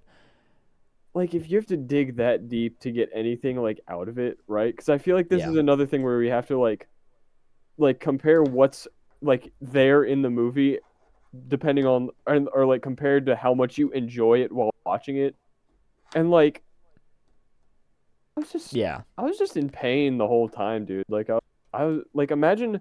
You need like 3 rewatches before it's good. Yeah, and I don't want to put myself through that many times just to enjoy like some part of the movie. And like, because the entire time I was legitimately just thinking like, I am so sorry for whoever was like, I got the opportunity to like be in a Pixar movie, and then it was this one. Like that's so unfortunate. Okay, well, above Toy Story 4. I don't know. I think I like it more because it's original. Probably. Which I do. I would put it below Bug's Life. Personally. It definitely has more nuance than Toy Story 4. Yes. There's far more to talk about. Is it more fun than Toy Story 4? I think so. I'm starting to not like Bug's Life Place. I think it should be above. Because now that I'm thinking about it, like, I at least had fun during Bug's Life, right? And it has a good villain. I think it should go above... I think it should be right below Cars 3, personally. I think right above Cars 3. Really? Honestly. Actually, no, because... Yeah, Lightning McQueen... Yeah, okay. I like that. Okay, I'm happy with that. We'll keep it there. Originality does not mean good, yes, but it does mean it's creative at least. You're forced to be, and if it's not creative, then it just sucks, and then no one talks about it. Original does not mean good, but I did make a video about original, because it's okay to make unoriginal stuff if it's good, but Toy Story 4 is not very good, so therefore it being original or unoriginal only brings it down. Anyway, speaking of originality, big one. Lightyear! Boop! All right, moving on. Moving on. Elemental. So, also, by the way, the only good thing about Lightyear was the soundtrack. Which, like, And most of them maybe have Chris already. Evans, but yeah. Anyway, Elemental. This is a pretty solid movie. Yeah, It was nothing cute. crazy. It was cute. It was good. Yeah. No, okay, so this is probably Thomas Newman's best soundtrack. It's one of his better soundtracks. That being said, they all sound the same, as I brought up like 4 other times during the stream. You haven't seen it, and you've never watched it. Okay. No opinion. Oh, good. They haven't seen it, David. This is ours. We get to make the decision here. So, it's a love story. And the love story is pretty cool. I like the world building. People call it sloppy and not fleshed out enough, but I thought it looked cool. Yeah, there's really only so much you can do. Yeah. That's not the focus. It had really good motif usage. It went a little overboard and used the same riff 6 times. Mr. B-Boy hates Wade. So that's cool. Fire, water, earth, and air are not elements. No one cares, okay? Wait, so you haven't seen it, but you hate Wade? Good to know. It's honestly, I love that. I love that take. Yeah. It's like, I hate the way his water moves. Wait, what's like a slur for a water person? Freaking Didn't they have, like... Did they? I think they... What did they... His dad called him something. Oh. Or Ember's dad called the water people something. Slurs for water. I'm not gonna look that up on. You know, slurs. Oh, I got for you. Water people. No, I got it. I just Never mind. turned off my screen. I don't want the list of ethnic slurs. Elemental slurs for water people.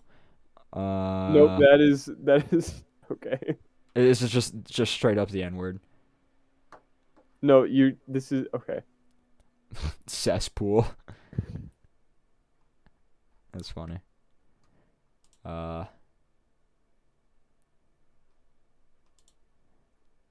Elemental slurs. Water puddle jumper.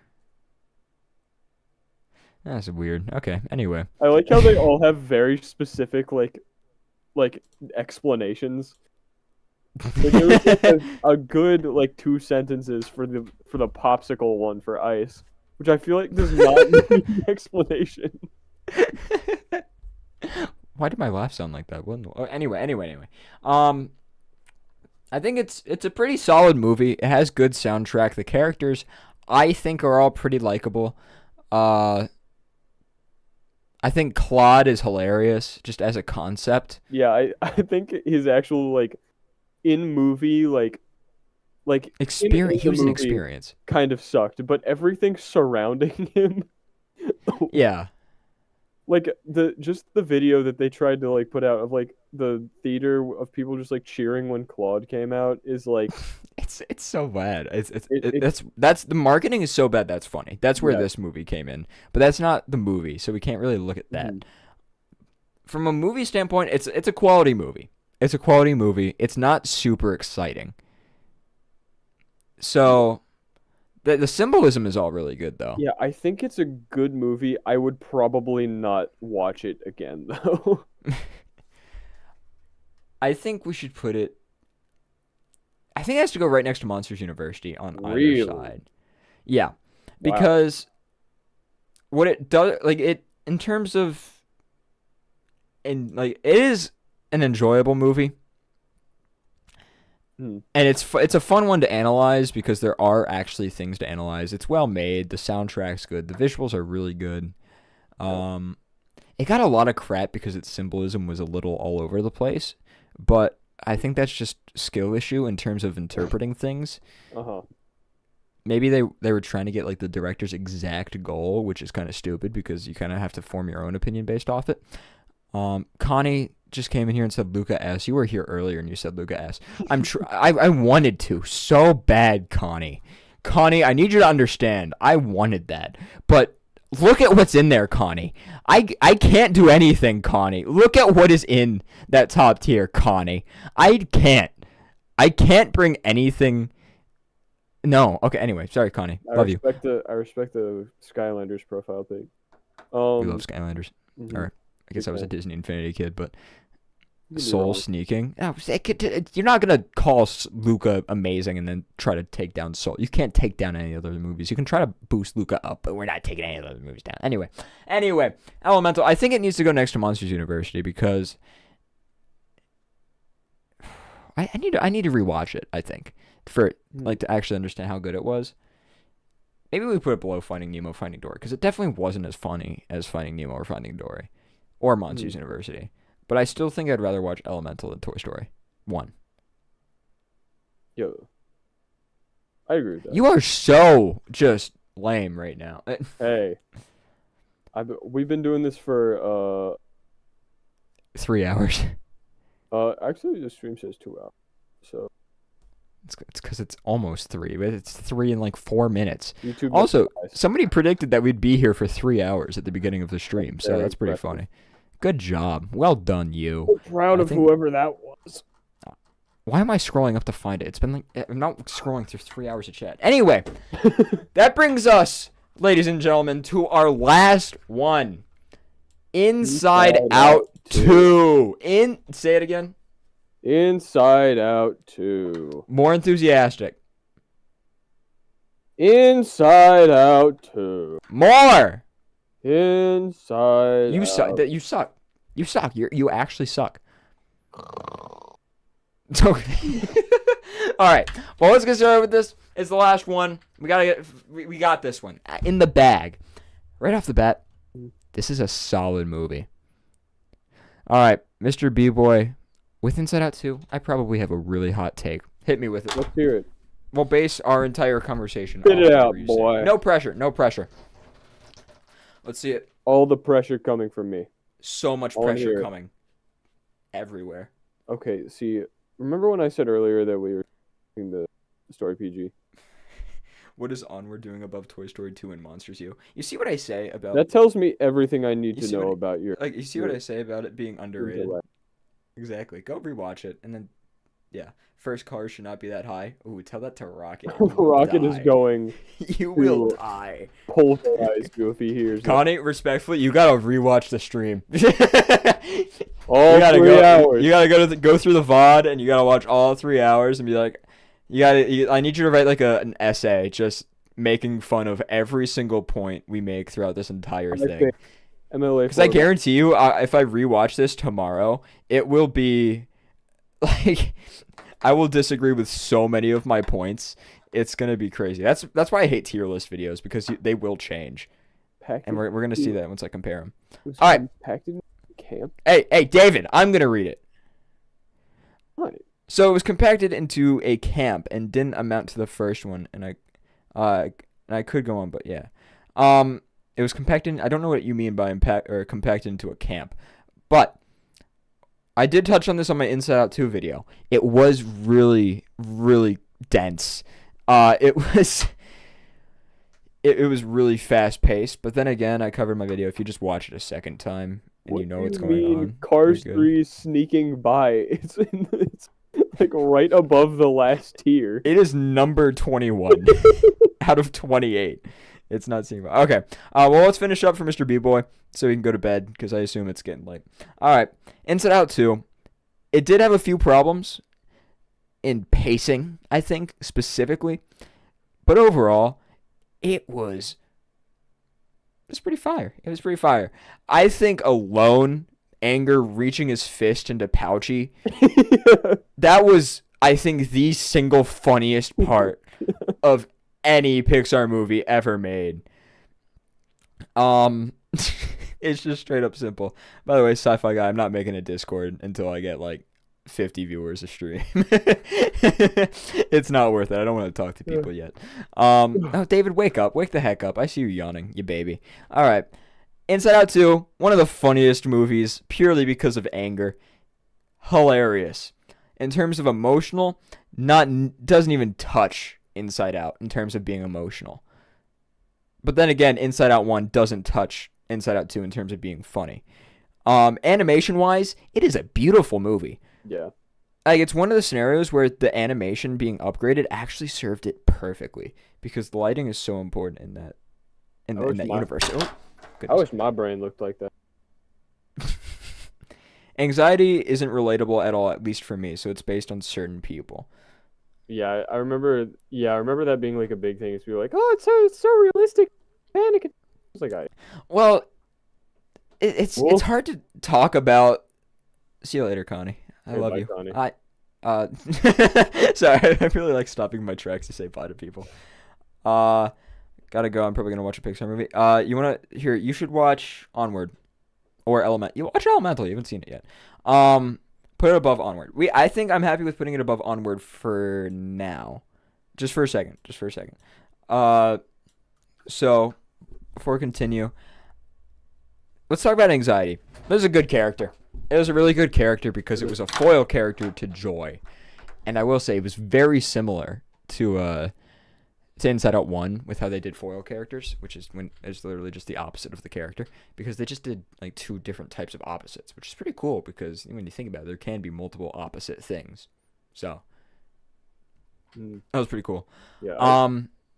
I'm still very I still don't know what to think about Anxiety because they tried to frame her as she was just trying to help and she just doesn't to do it because she's the wrong emotion. But when the other emotions didn't immediately concede to what she wanted, she sent them to the deletion hole. Yeah, she was really quick to boot him out.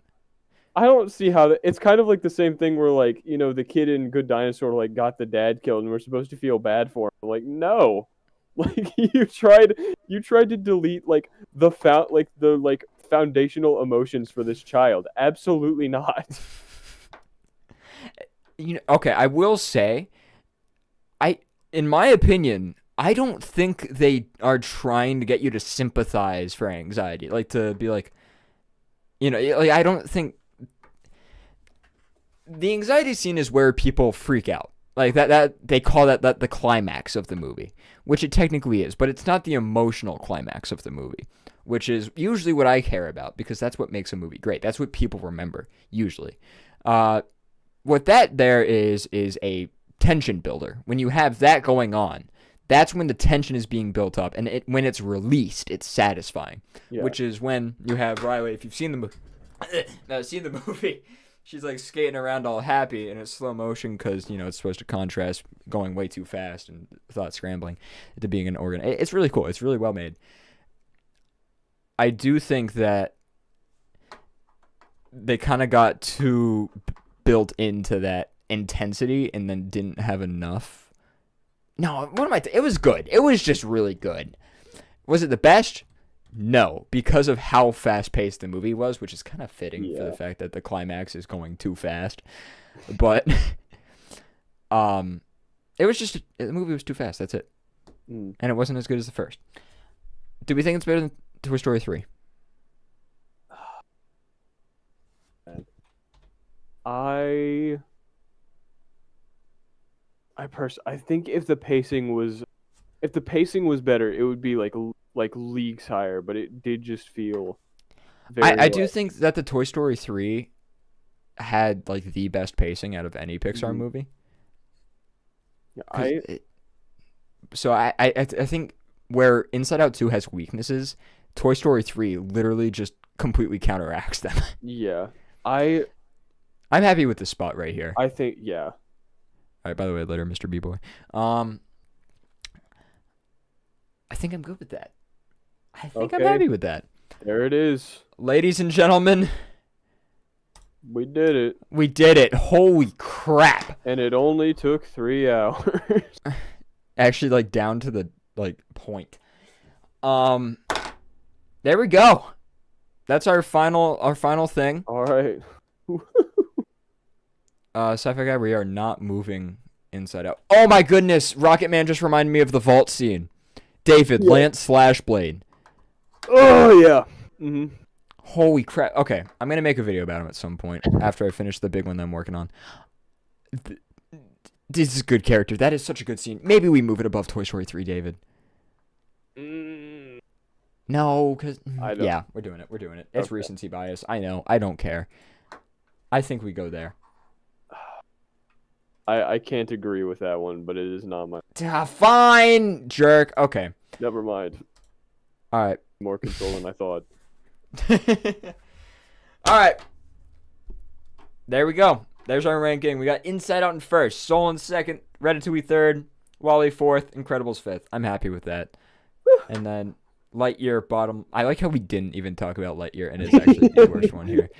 Like usually you explain why it's the worst. Everyone knows. It's just Yeah, I initially did that as like a joke to just say Lightyear right now, and then we just went with it.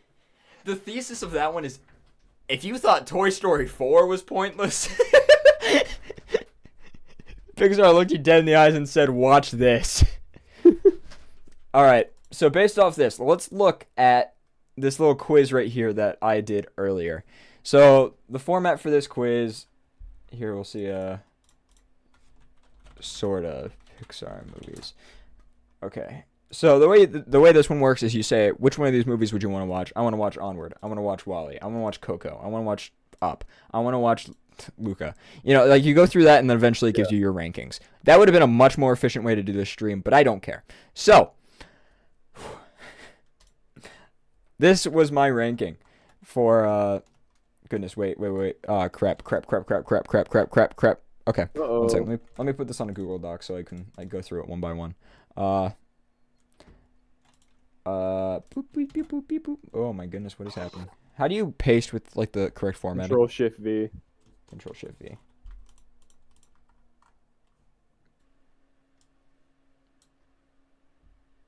All right, we're back. Hello. Sorry. Yay! Okay. Oh goodness. Okay. All right, we're good. Are we?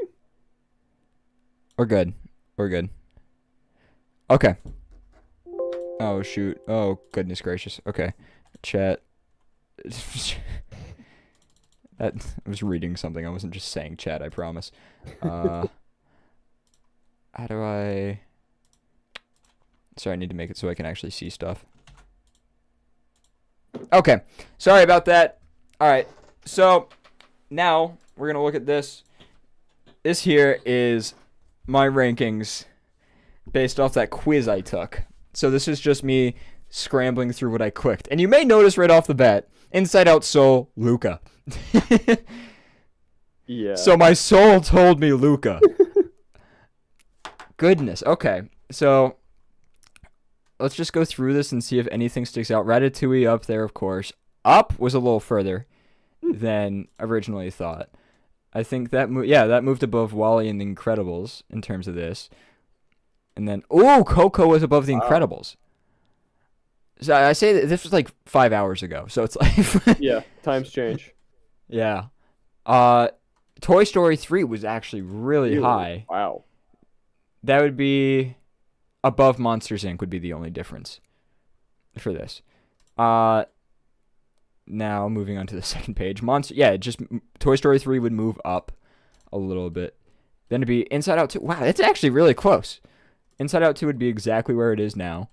Right in front of Onward. Holy cow, David. Finding Nemo. Oh. Oh. Goodness, okay. Finding Nemo. Toy Story 2. Finding Dory. Should we make like a second thing to... Yeah, let's make a second one to like readjust what the second one I did look like. So it did... Or the whatever, you know what I mean. So it went Luca, Ratatouille, up, Wall-E. Wait, Luca, Wall-E, Luca, up would go in front of Wall-E. Coco, The Incredibles. and then Toy Story 3 there. And Monsters Inc., Inside Out 2, Onward. So right now, it's basically right. But then it gets weird, dude. Finding Nemo, Toy Story 2, Finding Dory. So that means Cars would get knocked hard. So that'd be Finding Nemo, Toy Story 2, Finding Dory. So I guess my soul earlier knew that Finding Dory was better. I mean, Finding Nemo was better. Yeah. So where does that leave Cars? Monsters University would move above Cars. Then it has, there's I Cars. was gonna say. Then Turning Red. Gosh, that is rough, dude. Whew. Where the heck is Elemental? Elemental's got to be next, right? That's it. Oh my goodness! Cars 2 would jump up a little bit. Well, your soul Cars is not 2, that- Elemental, Incredibles 2. Goodness gracious, Toy Story. Into Cars 3. Into Toy Story 4. Oh my goodness. Into Brave, Good Dinosaur, Toy Story, Bugs. Bugs Life is at the. Oh, Bugs Life was the last? You freak. Your soul So is filthy. It'd be Brave, Good Dinosaur, Toy. What was I smoking? Wretched. Wait, where's Lightyear? It's not Oh. even. Okay, not quite last.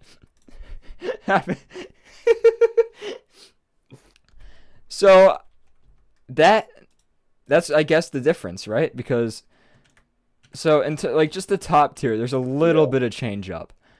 It's just these four, which I'm okay with that being a little bit different. I think Inside Out 2 and Onward being right there is actually really impressive. Okay, so you can see distinctively which ones were changed. Yeah.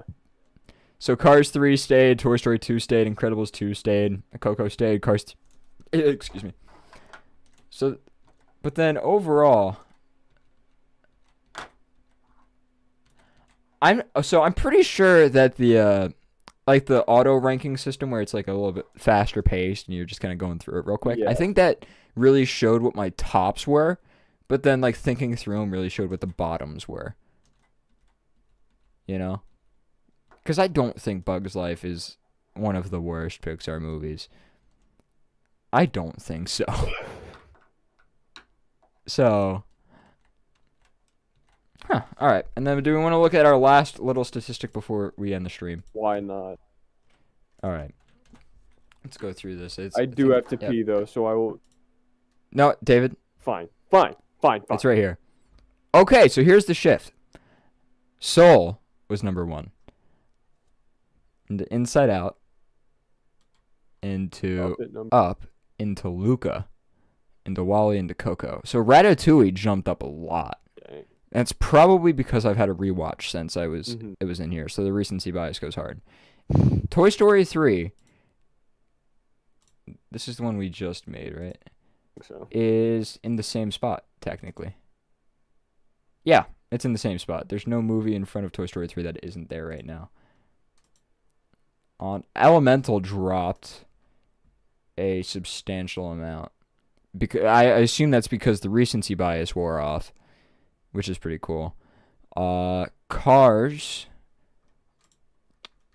jumped up a lot, but like Cars 1. I had Cars 2 above Finding Dory and Finding Nemo. I think at the time when we were looking at that, it was a lot funnier. Like, I think we cared about how funny it was a lot more. And then, are there any big upsets at the bottom? No, the bottom kind of looks the same.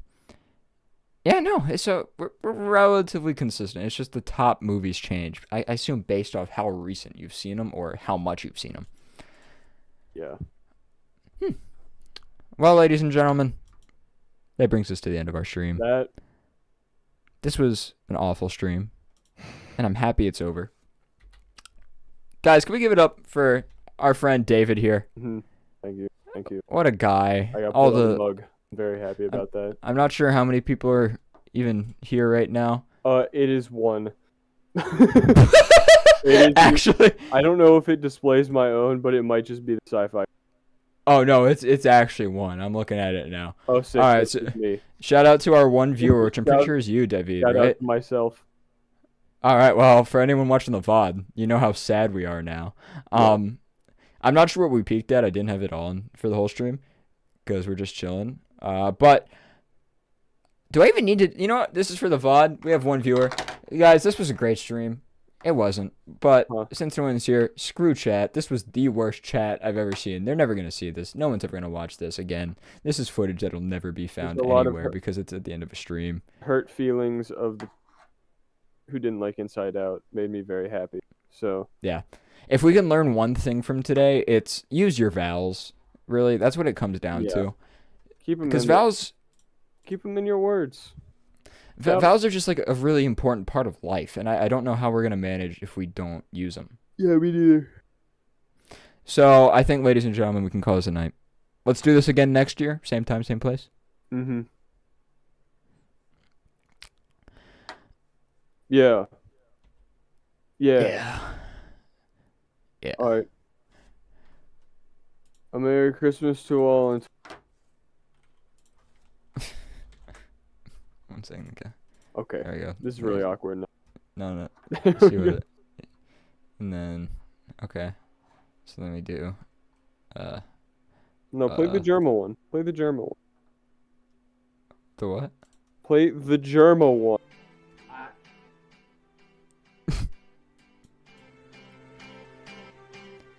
I got a feeling that tonight's gonna be a good night. That tonight's gonna be a good night. That tonight.